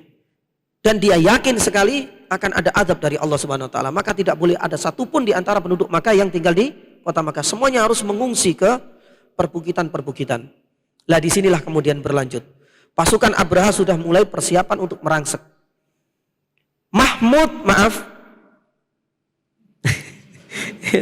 Gajah yang paling besar ini dipimpin oleh Nufail tadi loh. Nufail ini kan sudah dicekoki ini harus jadi penunjuk yakni arah sampai mendekati Ka'bah. Nufail ibnu Habib al-Khash'ami membisikkan kepada gajah yang paling besar Mahmud, Anda sebentar lagi akan masuk tanah suci. Ya, kalau engkau mau menistakan Ka'bah, berarti engkau berhadapan dengan Allah Subhanahu wa taala. Baru kemudian Nufel ini juga percaya banget dengan, maaf bahasa kita itu mungkin azab kalau seandainya syiar dan simbol Islam itu diganggu. Setelah membisikkan seperti itu, Nufel langsung kemudian mengungsi juga ke perbukitan. Dan kisah yang sering kita dengar itulah yang terjadi. Mahmud dengan gajah-gajah yang lain ketika dihadapkan ke Ka'bah, mereka menderum, duduk. Tapi ketika diarahkan ke Syam atau diarahkan ke Yaman, mereka berdiri. Di sini menjadikan ya Abraha dan para pasukan ini sudah mulai habis yakni kesabaran. Makanya disebutkan sampai tombak-tombak itu dimasukkan ke dalam apa? Yakni telinganya karena marah. Padahal sudah dilatih dan lain sebagainya, tapi kenyataannya seperti itu. Allah Subhanahu wa taala wa arsala alaihim tayran ababil. Sudah masuk pada tafsirnya. Jadi sebenarnya ini tafsir tapi ada kaitannya dengan yakni sirah. Allah Subhanahu wa taala mengirim. Ibnu Abbas radhiyallahu taala anhuma menyebutkan kisahnya. Sebenarnya Ababil itu bukan nama, tapi Ababil itu adalah koloni. Ya, dan itu berasal dari arah Laut Merah. Ya, kalau ada petanya Laut Merah, semuanya berasal dari Laut Merah. Allah Subhanahu wa taala mengutus koloni burung-burung kecil. Kata Ibnu Abbas, warnanya hijau. Dan tidaklah ada satu burung pasti akan membawa 3 yakni kerikil. Ada yang menyatakan itu adalah kerikil dari neraka. Satu di paruhnya dan yang kedua ada di yakni cakarnya. Dan para ulama menyatakan faja'alahum ka'asfim ma'kul. Tidaklah ketika ketiga kerikil itu dilepaskan oleh burung-burung kecil ini, pasti akan menjadikan kulit-kulit mereka akan melepuh. Bagaimana kisah ini? Apakah berakhir yakni pula kisah dari Abraha di kota Makkah? Ternyata tidak. Abraha menjadi salah satu di antara orang yang Allah Subhanahu wa taala tunda kematiannya. Ketika semuanya mati, Abraha ini masih ditunda kematiannya. Allah Subhanahu wa taala baru mematikan Abraha ketika sampai di Yaman. Jadi dalam perjalanan dia balik ke Yaman, padahal subhanallah jarak tempuhnya jauh. Tidaklah ada satu tempat pasti Abraha akan bercerita. Lah ini sudah masuk skenarionya Allah. Makanya kisah ini akan menjadi kisah yang melegenda. Tidaklah ada satu distrik pasti Abraha pasti akan menceritakan kisah ini. Sampai di kota Yaman barulah Allah Subhanahu wa taala mematikan dan mewafatkan Abraha. Sampai di sini kisah ini berakhir. Kisah yang cukup panjang. Mulai dari kerajaan Himyar di kota Yaman sampai kemudian berkaitan dengan surat Al-Burud yakni Ethiopia ngirim yakni 2 jenderalnya perang merebutkan kekuasaan yang akhirnya kemudian ada vandalisme sampai kemudian Abraha ke Makkah enggak jadi kemudian balik lagi, berakhir yakni kisah pasukan bergajah ini. Terus apa faedah yang bisa kita petik dari kisah ini jamaah? Banyak sekali sebenarnya pelajaran penting yang bisa kita petik dari pasukan bergajah ini. Yang pertama, jamaah dirahmati Allah Subhanahu wa taala, para ulama menyebutkan kisah ini menjadi petunjuk bahwasanya Allah Subhanahu wa taala benar-benar mengangkat derajat suku Quraisy. Sebagaimana tadi keutamaan suku Quraisy, Allah Subhanahu wa taala menyelamatkan suku Quraisy dari pasukan bergajah. Karena secara head to head, maaf ya, ini enggak sebanding kan? Bahkan nggak sebanding sekali gitu loh, nggak ada bandingannya. Lawang nggak ada satupun penduduk Makkah. Dengan kata lain yang mereka hadapi hanyalah dalam tanda kutip apa? Burung-burung yang kecil. Tapi kemenangan benar-benar tidak ada di tangan pasukan yang bergajah. Lah, disinilah para ulama menyebutkan faedah yang pertama, ini menjadi petunjuk bahwasanya Allah Subhanahu wa taala benar-benar ingin mengangkat derajat suku Quraisy. Makanya semenjak peristiwa inilah tersiar kabar dari suku-suku yang lain bahwasanya suku Quraisy ini adalah kepala seluruh suku yang ada di semenanjung Arab. Kenapa demikian? Kita flashback ya kembali tadi. Di saat suku-suku menghadang, gagal total. Mulai Dunafar, mulai Nufail ibnu Habib al-Khasami sampai penduduk Taif, semuanya nggak mampu menghadangnya. Tapi giliran suku Quraisy, Allah Subhanahu wa taala yang diselamatkan. Makanya sampai tersiar kabar bahwasanya suku Quraisy ini adalah kekasihnya Allah. Kenapa demikian? Karena suku Quraisy ini diselamatkan oleh Allah Subhanahu wa taala di saat dihadang, diserbu oleh pasukan bergajah. Ini yang pertama. Yang kedua, jamaah yang dirahmati Allah Subhanahu wa taala, ini penting sekali. Kemuliaan bangsa Arab ya, itu dikarenakan keislaman, bukan karena fanatisme kesukuannya. Kita tahu suku Quraisy ini sedang naik pamor ya, pasca peristiwa gajah ini. Tapi faedah yang kedua, bahwasanya kemuliaan bangsa Arab itu bukan karena faktor fanatismenya, tapi karena faktor kemuliaan Islamnya. Kenapa demikian? Kita tarik lebih jauh lagi. Jamaah dirahmati Allah Subhanahu wa taala. Kita tahu semenanjung Arab dahulu itu adalah negeri atau daerah yang tidak produktif. Masih kita ingat ya? Dulu kita sampaikan itu. Bahkan kerajaan Romawi, kerajaan Persia pun nggak tertarik, nggak berselera untuk menguasai Makkah dan Madinah kala itu. Dianggap primitif, orang-orang pedalaman, meskipun kenal ada di sana ada kota Makkah dan ada Ka'bah, tapi nggak terlalu tertarik bagi kerajaan Persia dan kerajaan Romawi kala itu. Pun demikian kita lihat Islam ketika sudah mulai menyeruak di zamannya Nabi SAW sudah ada ibu kota, negara peradaban di kota Madinah. Bahkan di masanya Umar bin Khattab, penaklukan kota Makkah sampai kemana-mana, benua Afrika atau Afrika dan lain sebagainya. Tapi kita yakinkan bahwasanya naik pamornya bangsa Arab itu bukan karena faktor kesukuannya, tapi karena faktor apa? yakni kemuliaan Islamnya.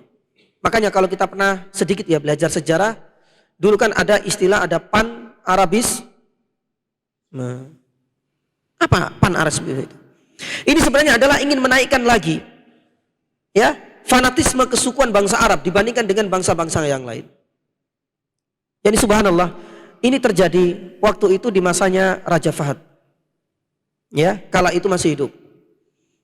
Dan masih hidupnya Syekh Abdul Aziz bin Baz rahimahullahu taala. Syekh bin Baz kala itu marah-marah banget. Kenapa demikian? Karena pan-Arabisme ini seakan-akan melupakan bagaimana dulu bangsa Arab itu nggak bernilai sama sekali, nggak dianggap sama sekali. Mereka bisa seperti ini itu bukan karena kesukuannya, bukan nasionalisme kearapannya, tapi karena kemuliaan Islam itu. Bahkan Syekh bin Baz sampai marah. Orang-orang yang ikut untuk menggalakkan lagi bendera kesukuan, fanatisme, Arabisme, ini adalah sebuah kejahatan terbesar dan kriminal terjahat, kata Syekh bin Baz rahimahullah kala itu. Bahkan tak tanggung Raja Fahad ya itu sampai turun tangan melakukan konferensi pers ya ini juga. Mengutuk yakni adanya fanatisme kesukuan yakni seperti ini. Bahkan beliau mengatakan ya di hadapan yakni para wartawan Raja Fahad, ya, kalian bangsa Arab itu nggak punya nilai dan martabat kecuali dengan Islam. Kalau bukan karena Islam, kalian semua nggak akan menjadi umat terbaik yakni saat ini subhanallah. Maka ini pun yang perlu yakni kita camkan yakni baik-baik. Memang saat itu Allah Subhanahu wa taala mengangkat pamornya suku Quraisy. Bangsa Arab pun secara tidak langsung juga terangkat nilainya. Tapi kita harus sandingkan dengan faedah yang kedua. Bahwasanya kemuliaan dan izzah bangsa Arab itu karena keislamannya, bukan karena fanatisme kesukuannya. Yang ketiga, jamaah dirahmati Allah Subhanahu wa taala, faedah yang bisa kita petik dari kisah ini adalah pentingnya kita mempertebal tawakal kita kepada Allah Subhanahu wa taala. Kita seharusnya malu dengan kisah ini. Coba kita lihat. Abdul Muthalib kafir, tapi tawakalnya tingkat tinggi. Mungkin barangkali melebihi tawakal kita kepada Allah Subhanahu wa taala. Dan inilah pelajaran berharga yang bisa kita petik. Abdul Muthalib meskipun kafir, tapi dalam hal tawakal mengajarkan kepada kita. Karena tawakal itu tidak bisa dilepaskan dari dua hal. Yang pertama yakin, dan yang kedua ikhtiar. Dan itu sudah terpenuhi pada Abdul Muthalib. Yang pertama adalah al-yakin, yakin bahwasanya pertolongan Allah Subhanahu wa taala akan segera tiba. Makanya hal itu diucapkan di hadapan Abraha. Dan yang kedua ikhtiar. Salah satu ikhtiarnya apa? Disuruh mengungsi ke perbukitan. Lah ini pelajaran bagi kita semua. Seringkali di saat kita mengais rezeki, ya kita malah kurang tawakal. yakinnya yang kurang, meskipun ikhtiarnya yang lebih dominan. Kita masih kalah sebenarnya dalam hal ini dengan tawakalnya Abdul Muttalib. Makanya di antara pelajaran ketiga yang bisa kita petik, marilah kita pertebal rasa tawakal kita kepada Allah Subhanahu wa taala. Dalam kita menuntut ilmu, dalam hal kita beribadah, dalam kita mengais rezeki. Tentunya kita harus mempertebal tawakal kita kepada Allah Subhanahu wa taala. Makanya Syekhul Islam Ibnu Taimiyah rahimahullahu taala menuturkan bahwasanya tawakal itu ada 3. Tawakal sebelum kita beramal dengan memperbanyak doa kepada Allah. Ini adalah bagian dari bentuk kita tawakal sebelum beramal. Makanya salah satu biasanya kalau kita mendekati bulan Ramadan, kita banyak berdoa kan? Ya Allah, mudah-mudahan kita dipertemukan, disampaikan lagi dengan bulan. Inilah sebenarnya hakikat dari tawakal kita sebelum beramal. Tawakal yang kedua adalah tawakal apa? Di saat kita sedang beramal. Apa yang harus kita lakukan? Para ulama menuturkan, jaga keikhlasan di saat kita beramal. Jangan sampai terkontaminasi, terkotori dengan penyakit-penyakit hati. Di saat kita beribadah, di saat kita berpuasa di bulan Ramadan, gak usah banyak selfie ke sana kemari, sajadah di soft pertama jadikan status, ya. Jam 3, sholat malam pun dijadikan sebagai status. Ini adalah ujian kita. Padahal itulah sebenarnya hakikat dari tawakal jenis yang kedua, asnaul amal. Tapi para ulama menyatakan bahwasanya tawakal yang paling urgent itu adalah tawakal ba'dal amal. Yaitu dengan banyak apa? Beristighfar. Malah tawakal yang ketiga inilah yang seringkali dilupakan oleh kaum muslimin. Coba kita lihat. Kaum muslimin lebih banyak mengkonsentrasikan tawakal sebelum beramal. Sebelum Ramadan misalnya. Semua persiapan.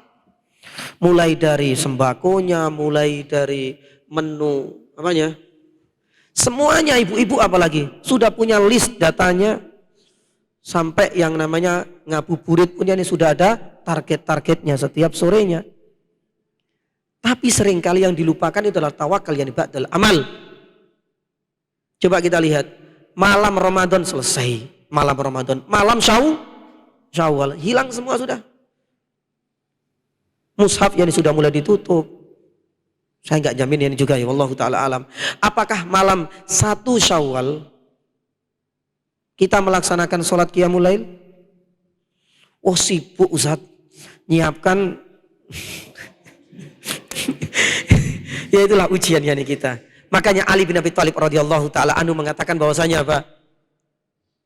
Seharusnya kita itu lebih banyak memikirkan tawakal ba'dal amal daripada tawakal sebelum kita beramal.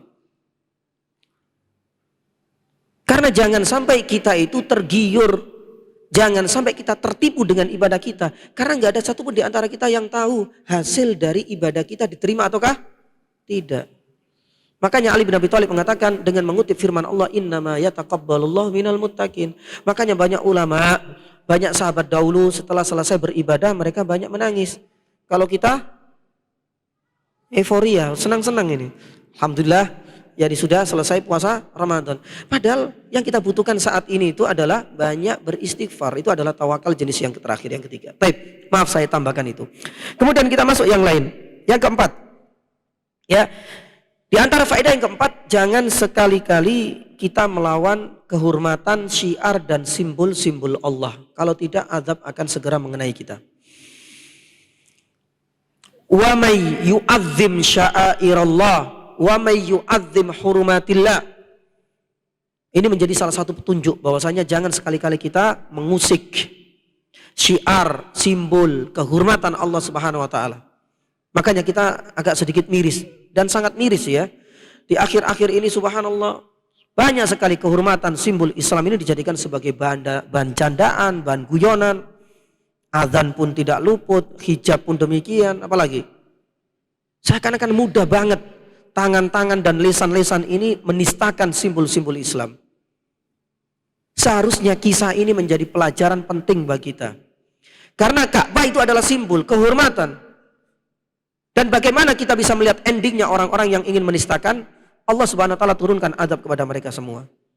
Maka pun demikian dengan hari ini. cepat atau lambat Allah Subhanahu wa taala tidak akan ridho dengan tingkah dan pola mereka. Maka disinilah jamaah dirahmati Allah Subhanahu wa taala, banyak sekali kisah-kisah yang disebutkan oleh para ulama. Bahkan disebutkan dalam Sahih Bukhari. Ya, kisah tentang apa? Orang yang menistakan Nabi Shallallahu alaihi wasallam. Ada seorang Nasrani kemudian masuk Islam. Kemudian dia dibekali memang mampu untuk menulis, bukan ummi seperti Nabi Shallallahu alaihi wasallam. Setiap Nabi Shallallahu alaihi wasallam menyampaikan ayat dia tulis. Maka terkumpullah beberapa surat. Disebutkan dalam riwayat ada yang mengatakan itu adalah surat Al-Baqarah dan surat Al-Imran. Setelah itu orang Nasrani yang sudah masuk Islam, yang sudah punya bukti tulisan itu, akhirnya kemudian dia murtad. Ya, apa yang terjadi ya jamaah dirahmati Allah? Dia kemudian menebarkan kabar bohong bahwasanya Muhammad ini ummi, nggak bisa apa-apa. Sebenarnya Muhammad ini ya adalah nabi palsu. Ayat-ayat suci itu sebenarnya adalah dari saya. Ini loh buktinya. Karena dia punya bukti. Sedangkan Muhammad itu nggak bisa nulis, nggak bisa baca. Allah Subhanahu wa taala nggak tinggal diam. Ketika harga diri Nabi SAW dinistakan, disebar kebohongan atas nama Nabi SAW, Allah Subhanahu wa taala mewafatkan, mematikan yakni orang ini. Kisahnya ada di dalam Sahih Bukhari. Cukup panjang memang. Apa yang terjadi? Allah Subhanahu wa taala menjadikan bumi itu nggak ridho. Selalu memuntahkan yakni jasadnya. Setiap kali dimasukkan, esoknya jasadnya itu ada di atas permukaan yakni tanah. Begitulah seterusnya, padahal digali sedalam-dalamnya. Yang sebelumnya teman-temannya orang ini yang sudah Allah Subhanahu wa taala nistakan ini menyangka ini mungkin adalah perbuatan dari siapa? Sahabat-sahabatnya Muhammad, karena iri, karena dengki, karena dendam. Tapi ketika pada terakhir kalinya teman-temannya membuat galian yang paling dalam, dimasukkan jasad itu, besoknya keluar lagi. Dari sini kemudian mereka sadar, ini bukan perbuatan manusia. Ini nggak mungkin manusia membongkar dalam yakni sekali tempo, esok harinya sudah keluar jasadnya. Bumi pun merasa enggan untuk menerima jasad orang yang telah menistakan simbol Islam, yaitu Nabi Sallallahu Alaihi Wasallam. Yang akhirnya jasad ini berakhir di atas permukaan yakni bumi ini, kemudian ditumpuk yakni dengan apa? Batu-batu besar. Bahkan disebutkan oleh Imam Nawawi, ini contoh banyak sekali ya, tapi mudah-mudahan dua kisah ini menjadi pelajaran bagi kita. Disebutkan oleh Imam Nawawi contoh yang lain ya, dalam kitabnya Bustan Al-Arifin. Dalam kitabnya Bustanul Arifin, Imam Nawawi rahimahullahu taala menyampaikan sebuah kisah ketika ada seorang ayah ya yang mendapati putranya pulang, mungkin habis TPA atau halaqah Quran, mendapatkan hadiah siwak dari gurunya. Ternyata si ayah ini tanya kepada anaknya, dapat hadiah apa dari gurumu? Ini siwak ini. Tapi ternyata dia menistakan. Padahal siwak ini, siapa sangka ya nih jamaah ya, siwak.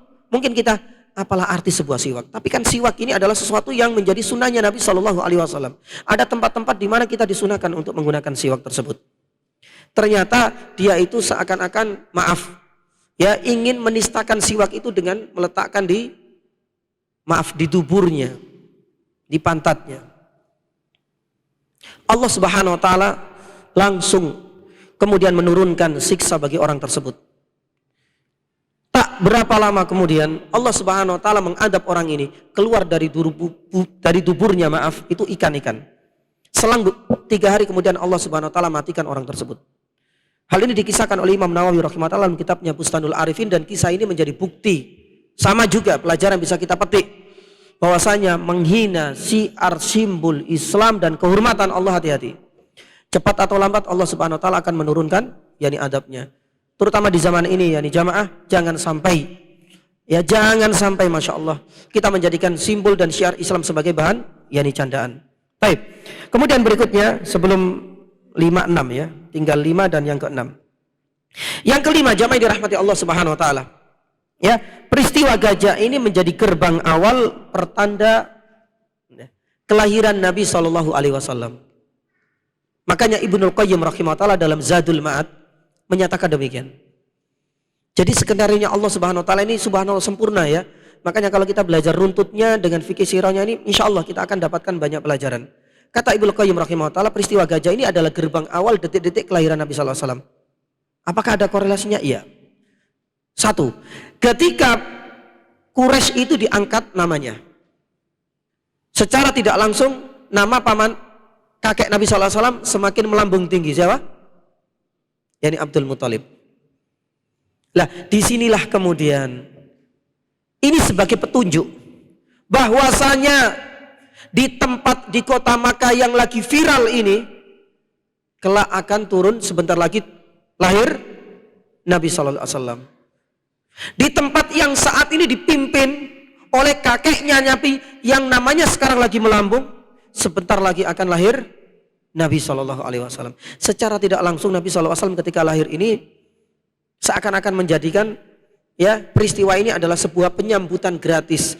Di saat yang sama Mekah lagi viral, kakeknya lagi naik daun. Makanya Ibnu Qayyim rahimahullah mengatakan inilah skenarionya Allah.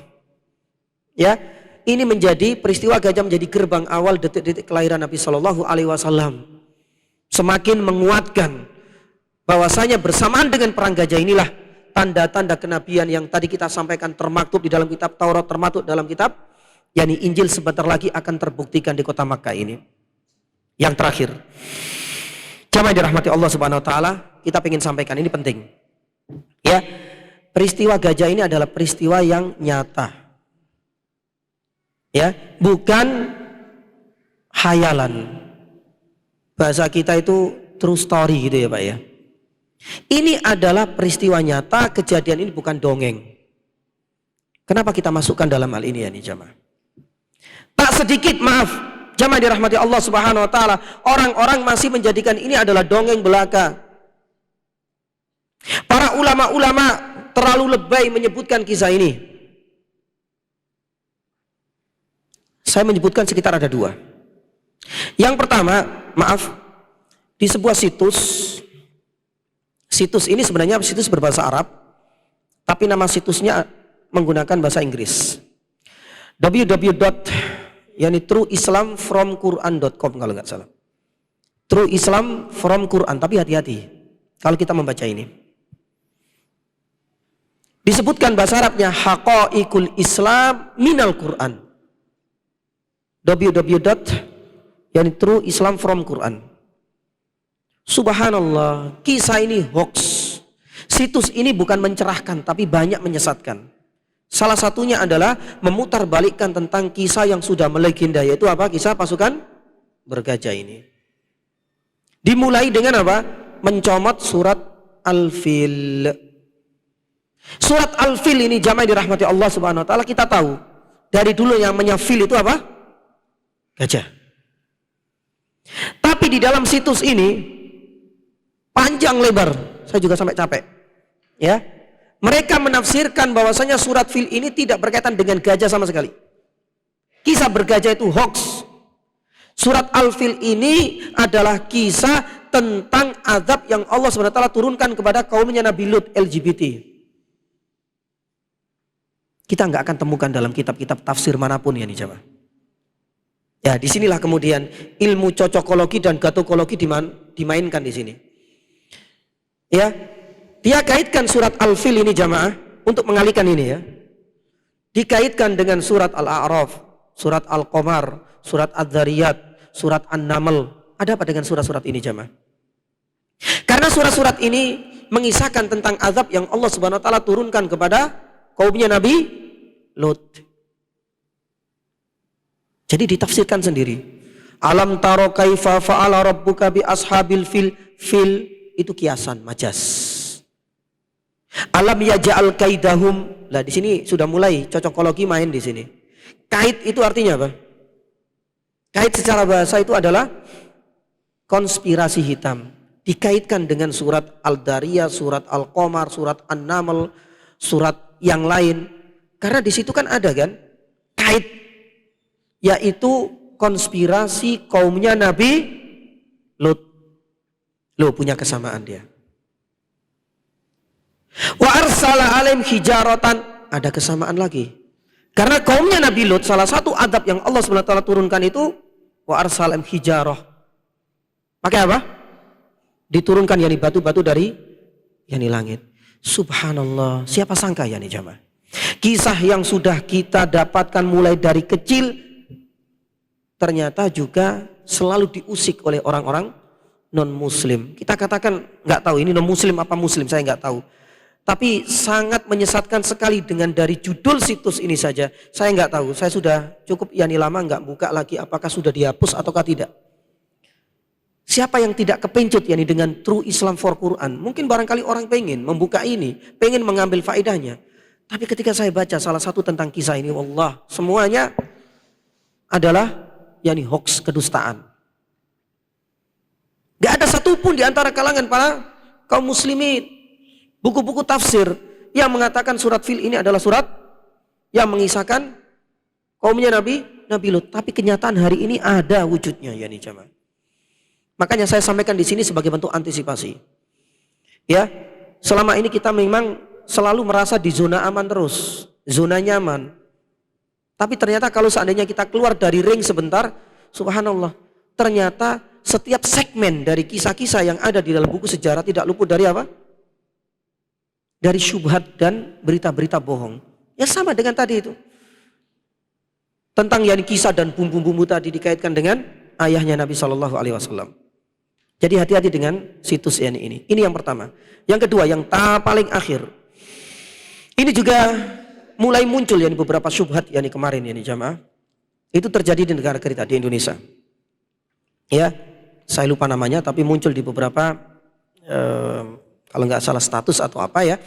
Seorang ilmuwan Indonesia dan saintis, mungkin barangkali di antara para jamaah ada yang pernah membaca. Ya.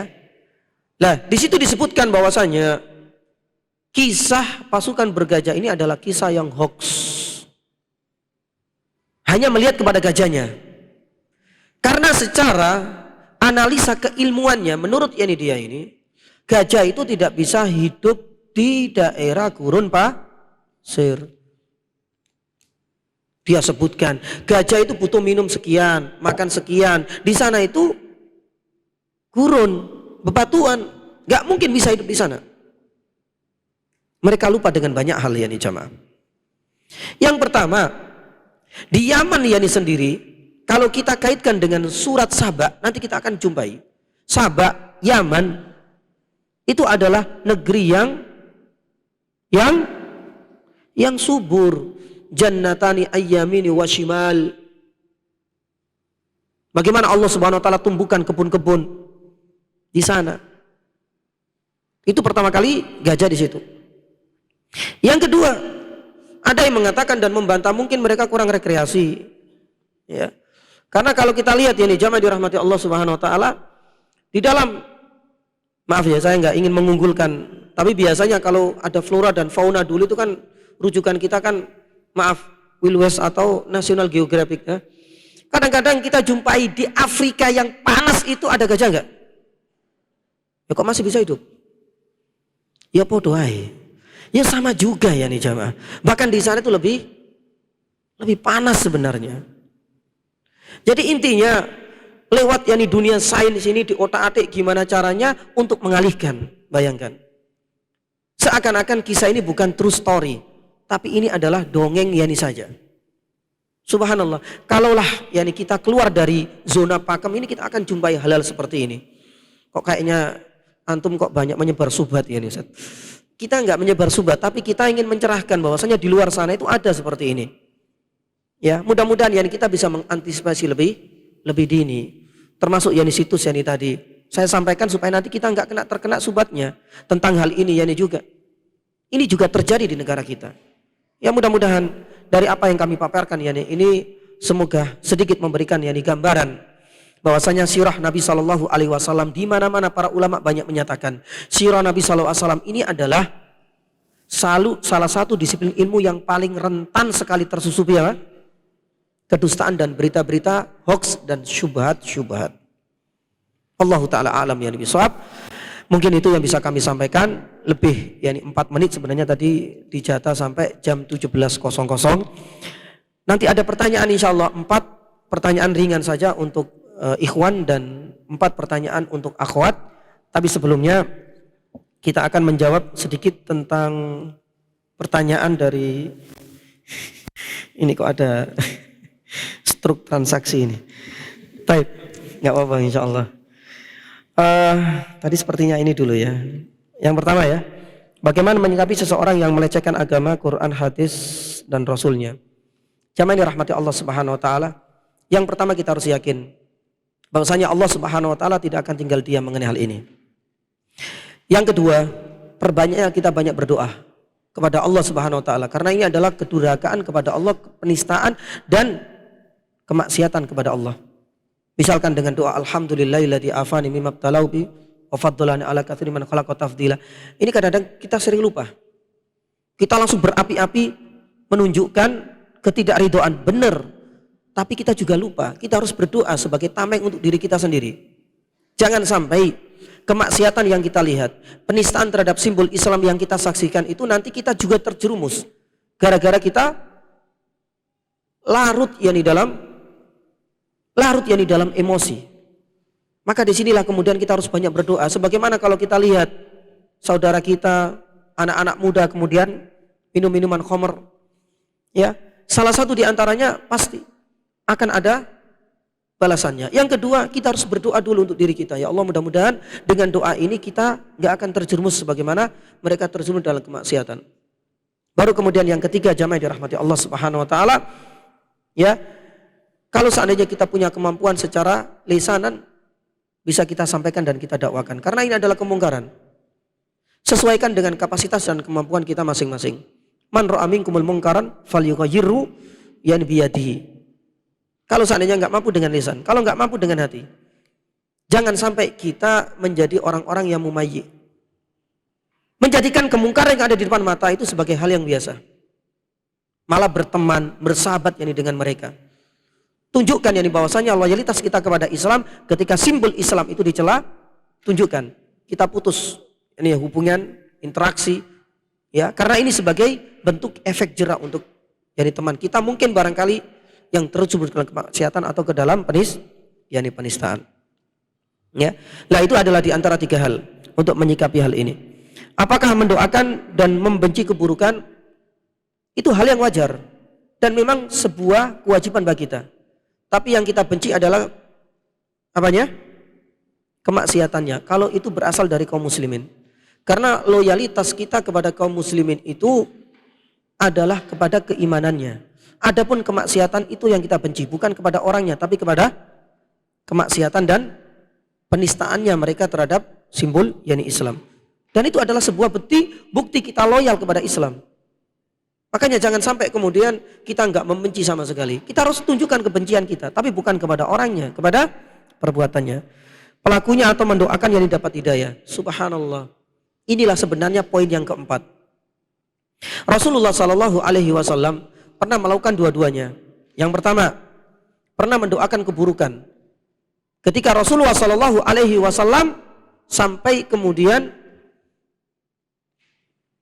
kunut, mendoakan keburukan kepada orang-orang yang banyak menyiksa, membuli Nabi Shallallahu Alaihi Wasallam. Kata Abdullah ibnu Mas'ud radhiyallahu taala anhu, nama-nama yang disebut oleh Nabi Shallallahu Alaihi Wasallam semuanya meregang nyawa dalam perang apa? Badar. Termasuk diantaranya adalah Abu Jahal. Tapi ingat, Nabi Shallallahu Alaihi Wasallam juga pernah menggunakan sisi lain, mendoakan pintu hidayah, mendoakan kebaikan untuk orang-orang kafir agar bisa merasakan Islam. Salah satunya adalah dalam sebuah hadis, Allahumma a'izzal Islam bi ahabbain rajulaini ilaikuma au minkuma. Salah satunya adalah kalau bukan Umar, yang kedua siapa? Abu Jahal. Nah, ini pun yang sering kali luput dari diri kita. Siapa sangka Umar bin Khattab akhirnya Allah Subhanahu wa taala bukakan pintu hidayah untuknya. Nabi sallallahu alaihi wasallam pernah dua-duanya. Kalau seandainya kita mendoakan yang keburukan, hal yang wajar. Tapi jangan itu terus. Kita bisa mendoakan agar orang yang berbuat demikian bisa merasakan hidayah. Dan apa batasan-batasan dalam menyikapinya? Batasan-batasan dalam menyikapinya. Ya, sebagaimana kita sampaikan tadi. Yang pertama, kita tetap marah. Dan ini adalah bagian dari al-ghadabu lillah. Dan yang kedua kita sampaikan, kita doa untuk diri kita sendiri. Yang ketiga kita berdakwah. Dan yang keempat, mendoakan keburukan diperbolehkan, mendoakan kebaikan untuk bisa menerima hidayah pun diperbolehkan. Karena Nabi sallallahu alaihi wasallam yang pernah melaksanakan dua-duanya. Allahu taala a'lam bisawab. Tapi batasan-batasan mendoakan keburukan ini jangan sampai kemudian sampai mendoakan keburukan sampai 7 turunan.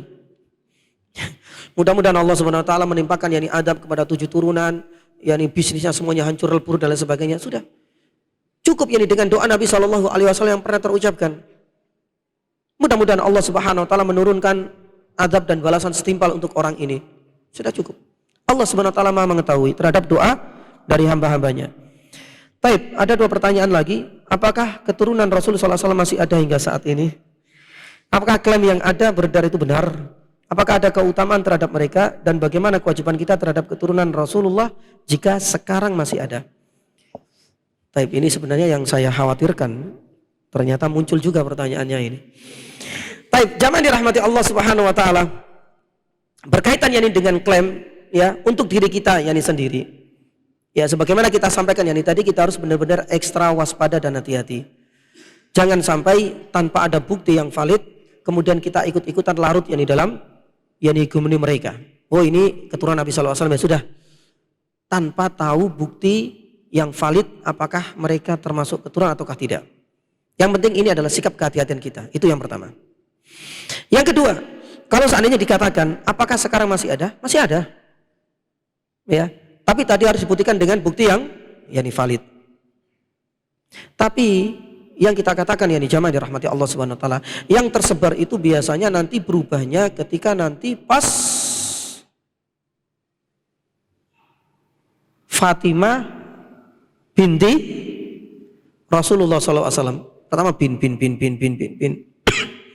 sampai pada akhir nanti berubah kepada siapa?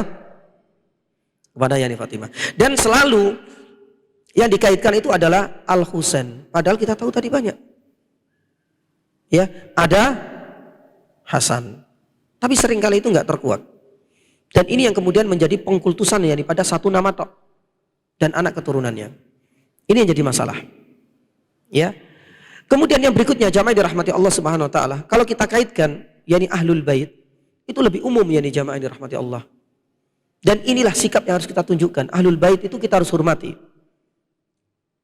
Tapi tetap penghormatan kepada Ahlul Bait itu satu karena ketaatan dan kebaikan akhlaknya. Sekalipun data valid bahwasanya orang ini si fulan ini keturunan dari Nabi sallallahu alaihi wasallam, keturunan Ahlul Bait. Tapi pembela klinik-klinik dan kesyirikan, maka tidak bisa kita katakan orang ini adalah orang yang baik. Tetap dia saudara kita tapi dengan kemaksiatannya. Terus bagaimana sikap kita? Mau tidak ada kata pujian untuknya. Kita menghormati secara garis keturunan Anda termasuk Ahlul Bait. Tapi dari kemaksiatan dan kesyirikannya ini tidak bisa kita terima. Makanya di sinilah jamaah dirahmati Allah Subhanahu wa taala, kita harus bijak dalam menyikapi hal ini. Dan ini yang kemudian dikatakan oleh para ulama. Jangan sampai kemudian kita fanatisme buta. Hanya melihat kepada maaf sisi nasabnya. Terkadang juga nggak tahu apakah benar ataukah tidak. Itu sudah masih diragukan. Ya. Apalagi kemudian sampai apapun yang keluar darinya itu adalah sebuah kebaikan, meskipun itu adalah sebuah kemaksiatan, apakah itu sebuah kesyirikan, itu tetap dianggap yakni sebagai suatu hal yang yakni baik. Berarti kita nggak bijak dalam menyikapi hal ini. Kemudian yang terakhir yakni jamaah dirahmati Allah Subhanahu wa taala, Allah taala alam yakni bisawab. Saya masih teringat dan mudah-mudahan belum belum dirubah yakni statementnya oleh mantan Menteri Sosial dulu zamannya Pak SBY, siapa namanya itu? Dr. Salim Segaf Al-Jufri pernah mengajar kami di Lipia yakni dahulu. Kita juga tertarik, apalagi beliau marganya juga tinggi ya. Lah kemudian kita tanya, apakah memang benar ya ada keturunan seperti itu? Itu yang kita dapatkan ketika kita di kelas. Dia menyatakan, saya belajar mulai S1, S2 dan S3 di Madinah. Kesempatan aku untuk mencari dan menggali apakah memang benar ada garis keturunan yang Rasul sallallahu alaihi wasallam, karena marganya tinggi waktu itu. Dia menyatakan juga masih ragu-ragu mengenai hal ini. Makanya sudahlah, nggak usah ngurusi hal ini katanya. Saya ingin menjadi manusia biasa, kata itu. Wallahu taala alam ya bisawab. Kalau tidak ada perubahan dan revisi dari statement yang beliau, berarti ya saya juga menjadikan ini sebagai bahan pertimbangan. Wallahu taala alam. Jadi jamaah dirahmati Allah Subhanahu wa taala, berkaitan dengan keturunan Nabi sallallahu alaihi wasallam hingga saat ini pasti ada. Tapi yang kedua, kita harus buktikan dengan data yang valid. Jangan sampai hanya klaim ini saja. Kemudian yang ketiga, bila ada kemaksiatan dari keturunan yang itu nyata-nyata memang merupakan keturunan Nabi sallallahu alaihi wasallam, tidak bisa kita terima. Tetap kita harus ingkari. Ya, karena hal inilah yang akan menjadikan pembuka bagi apa? Fanatisme yakni buta dan taklid yakni buta. Dan yang keempat, yang tadi kita sampaikan, ada statement dari Dr. Yani Salim Segaf Al-Jufri, ya pernah menyatakan demikian, kalau tidak ada revisi berarti tetap yani seperti itu. Allahu taala alam bisawab. Kemudian yang kedua, apa yang dimaksud dengan masa fatrah ya Ustaz? Kapan masa fatrah itu dan apakah orang tua Nabi dalam masa fatrah? Ini panjang ini sebenarnya. Saya ingin membahas ini nanti ketika Nabi SAW lahir sebenarnya. Gak apa ya, kita akhirkan ya. Baik. Ada 3 pendapat sebenarnya secara umum. Ya, dan nanti kita akan sampaikan ya, supaya nanti kita itu bijak dalam menyikapi hal ini. Meskipun Syekhul Islam Ibnu Taimiyah, Syekh Muhammad Ibnu Shalih Al-Utsaimin ketika ditanya ini, beliau tidak suka dengan pertanyaan seperti ini. Bahasanya Syekh Utsaimin enggak ada gunanya untuk kita. Tapi kalau kita melihat dari sisi ilmiahnya, tidak luput dari 3 pendapat. Ya, salah satunya menyatakan kedua orang tua ada di jannah. Dan ini diperkuat oleh majelis yani ulama yang ada di Mesir dan beberapa ulama yang lain. Pendapat yang kedua mengatakan bahwasanya ayah Nabi dan kedua orang tua Nabi Shallallahu Alaihi Wasallam itu di masa fatrah. Masa fatrah ini adalah masa di mana nanti kaum orang-orang dan manusia yang masuk dalam kategori ini itu akan diuji sendiri. Disebutkan di dalam sebuah riwayat dari Aisyah radhiyallahu taala anha tentang ini. Masa fatrah. Jadi kalau seandainya insya'a adzaba wa insya'a yani ghafaralah. Dan pendapat yang ketiga dan pendapat yang kedua masa fatrah ini adalah pendapatnya Syekh Muhammad Amin As-Singkiti. Sedangkan yang ketiga adalah pendapatnya saya katakan jamaahir al-ulama. Dan kebanyakan mereka berasal dari madhab yani Syafi'iyah, termasuk Imam Nawawi rahimahullahu taala. Imam Baihaqi pun demikian, dari kalangan ulama Syafi'iyah mengatakan kedua orang tua Nabi sallallahu alaihi wasallam berada di neraka. Jadi kalau seandainya nanti dikaitkan, wah ini Ustadz radikal ini mungkin. Masa apa orang tua Nabi SAW di neraka dan lain sebagainya. Kalau pengen membantah jangan membantah saya sebenarnya. Bantah dulu. Ya pendapatnya dari Imam Nawawi, karena yang nanti saya sampaikan itu hanyalah nukilan dari ulama-ulama besar Imam yani Syafi'i, mazhab yani Syafi'i. Tapi kadang-kadang isu ini menjadi isu yang sangat sensitif dikaitkan dengan kelompok itu dan kelompok ini, padahal kalau kita dudukkan masalah secara ilmiah, sebenarnya saya dan ustadz-ustadz yang lain itu enggak beristihad, hanya menukil ucapan dari ulama-ulama besar. Ya ini secara tidak langsung ada 3. Allahu ta'ala alam ya bisawab. Baik. Kita masuk ke pertanyaan ya. Ini yang paling berat ini. Saya awali dari yang putra dulu atau ini sudah siap belum panitianya? Atau sudah mepet? Gimana panitia? Lanjut. Ya nih taib.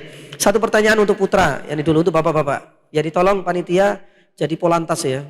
Karena saya juga nggak bisa menjangkau mana yang paling awal untuk menjawab pertanyaan ini. Yang penting sebelum selesai nggak boleh angkat tangan. Selesai baru angkat tangan. Taib. Pertanyaan pertama untuk ikhwan dulu. Jamaah ikhwan yani dulu. Pertanyaan yang pertama, jamaah dirahmati Allah Subhanahu wa taala. Sebutkan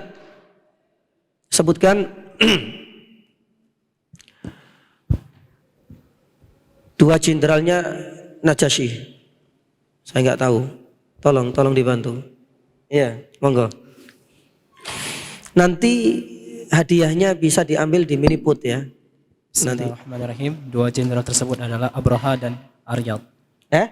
Abraha dan Aryad, dan Abraha itu adalah Abraha yang pertama dan yang kedua adalah Aryad. Jazakallah khairah ya. Kemudian pertanyaan yang kedua. Jamaah dirahmati Allah Subhanahu wa taala, tentang nasab Nabi sallallahu alaihi wasallam. Ya. Sebutkan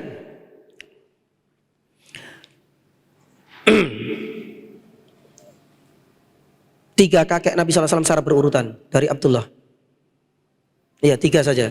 Mulai dari Abdullah, kakek pertama siapa? Abdul Muthalib. Atasnya 3 saja. Hah? Hashim, terus. Abdul Manaf, taib, jazakallah khair. 3 saja. Tapi kalau bisa nanti dihafalkan 20 ya, itu yang muttafaq alaih. Kemudian yang ketiga, untuk Bapak dulu. Ya, ikhwan yani dulu.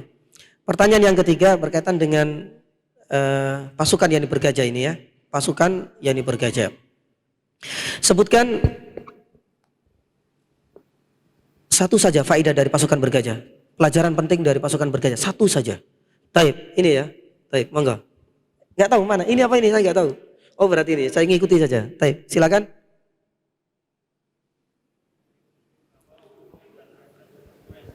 Taib. Allah Subhanahu wa taala ingin mengangkat yakni derajat suku yakni Quraisy. Taib, jazakallahu khairah. Kemudian berikutnya, jamaah dirahmati Allah Subhanahu wa taala yang keempat untuk ikhwan. Ya.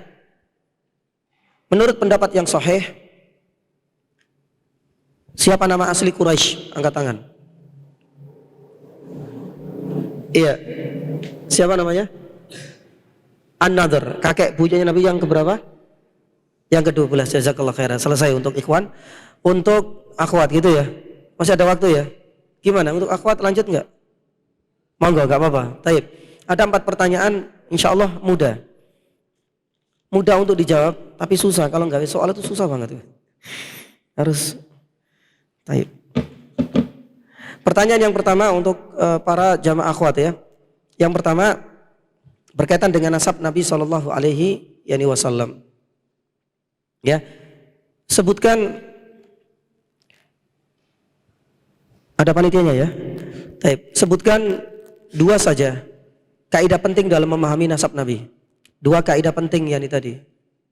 Taib, silakan. Yang pertama apa? Ada yang jawab enggak? 2 kaidah penting dalam memahami nasab Nabi SAW yang kita sampaikan yani tadi. 2 kaidah penting, 2 poin penting sekali. Ada 2. Yang pertama apa? Ada yang jawab enggak? Bismillah. Taib. Yang pertama? Yang pertama, keturunan Nabi adalah keturunan dari Bani Adam dan Taib. beliau Yang kedua? adalah pemimpinnya. Yang kedua, Nabi merupakan anak keturunan dari Nabi Ismail dan Nabi Ibrahim. Taib, jazakallahu khairah. Jazakillah khairah. Kemudian pertanyaan yang kedua untuk yang jamaah akhwat berkaitan dengan nasab Nabi Shallallahu Alaihi Wasallam, masih ya, nasab Nabi Shallallahu Alaihi Wasallam. Para ulama yakni sepakat para ulama, para ahli sejarah dan para nasabin sepakat. Berapa jumlah kakek buyut Nabi Shallallahu Alaihi Wasallam yang disepakati? Angkat tangan. Ada ya? Berapa jumlah yang disepakati? Berapa jumlah kakek buyut Nabi Sallallahu Alaihi Wasallam? Jumlahnya ada 20. 20. Yang pertama siapa? Yang pertama yang dari bawah atau dari atas? Abdul Muthalib. Yang paling akhir? Yang paling akhir Abdullah. Adnan. Taib. Yang jazakillah khairah. Pertanyaan yang ketiga sebelum terakhir. Pasukan bergajah. Ya. Di dalam pasukan bergajah ini sebenarnya ya banyak intrik-intrik yang politik ini sebenarnya.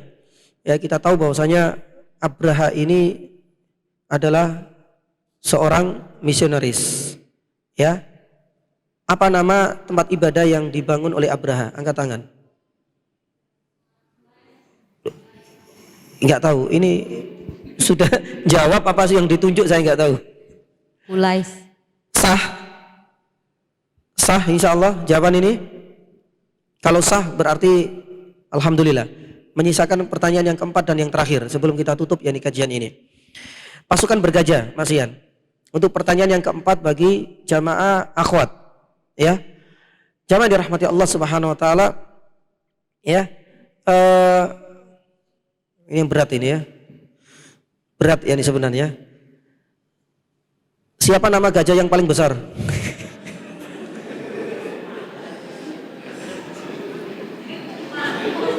Taib, sah enggak ini? Saya pengen sah. Mudah-mudahan ya sah, supaya saya enggak nyari lagi pertanyaannya. Sah enggak? Sah. Taib, berarti selesai.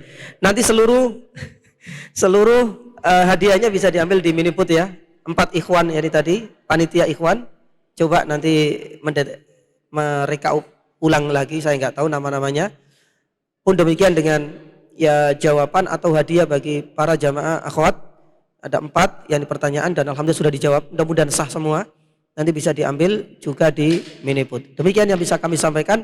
Mudah-mudahan jamaah dirahmati Allah, pada pertemuan selanjutnya kita akan masuk pada masa kelahiran Nabi SAW. Nah, ini nanti banyak sekali kejadian-kejadian penting dan pelajaran berharga yang bisa kita petik darinya. Dan semoga Allah Subhanahu wa taala mempertemukan yani kita di bulan depan insyaallah taala. Kita tutup dengan doa majelis. Subhanallah, asyhadu an la ilaha illa anta astaghfiruka wa atubu ilaik. Sallallahu ala nabiyyina Muhammadin wa ala alihi wasallam. Wassalamualaikum warahmatullahi wabarakatuh.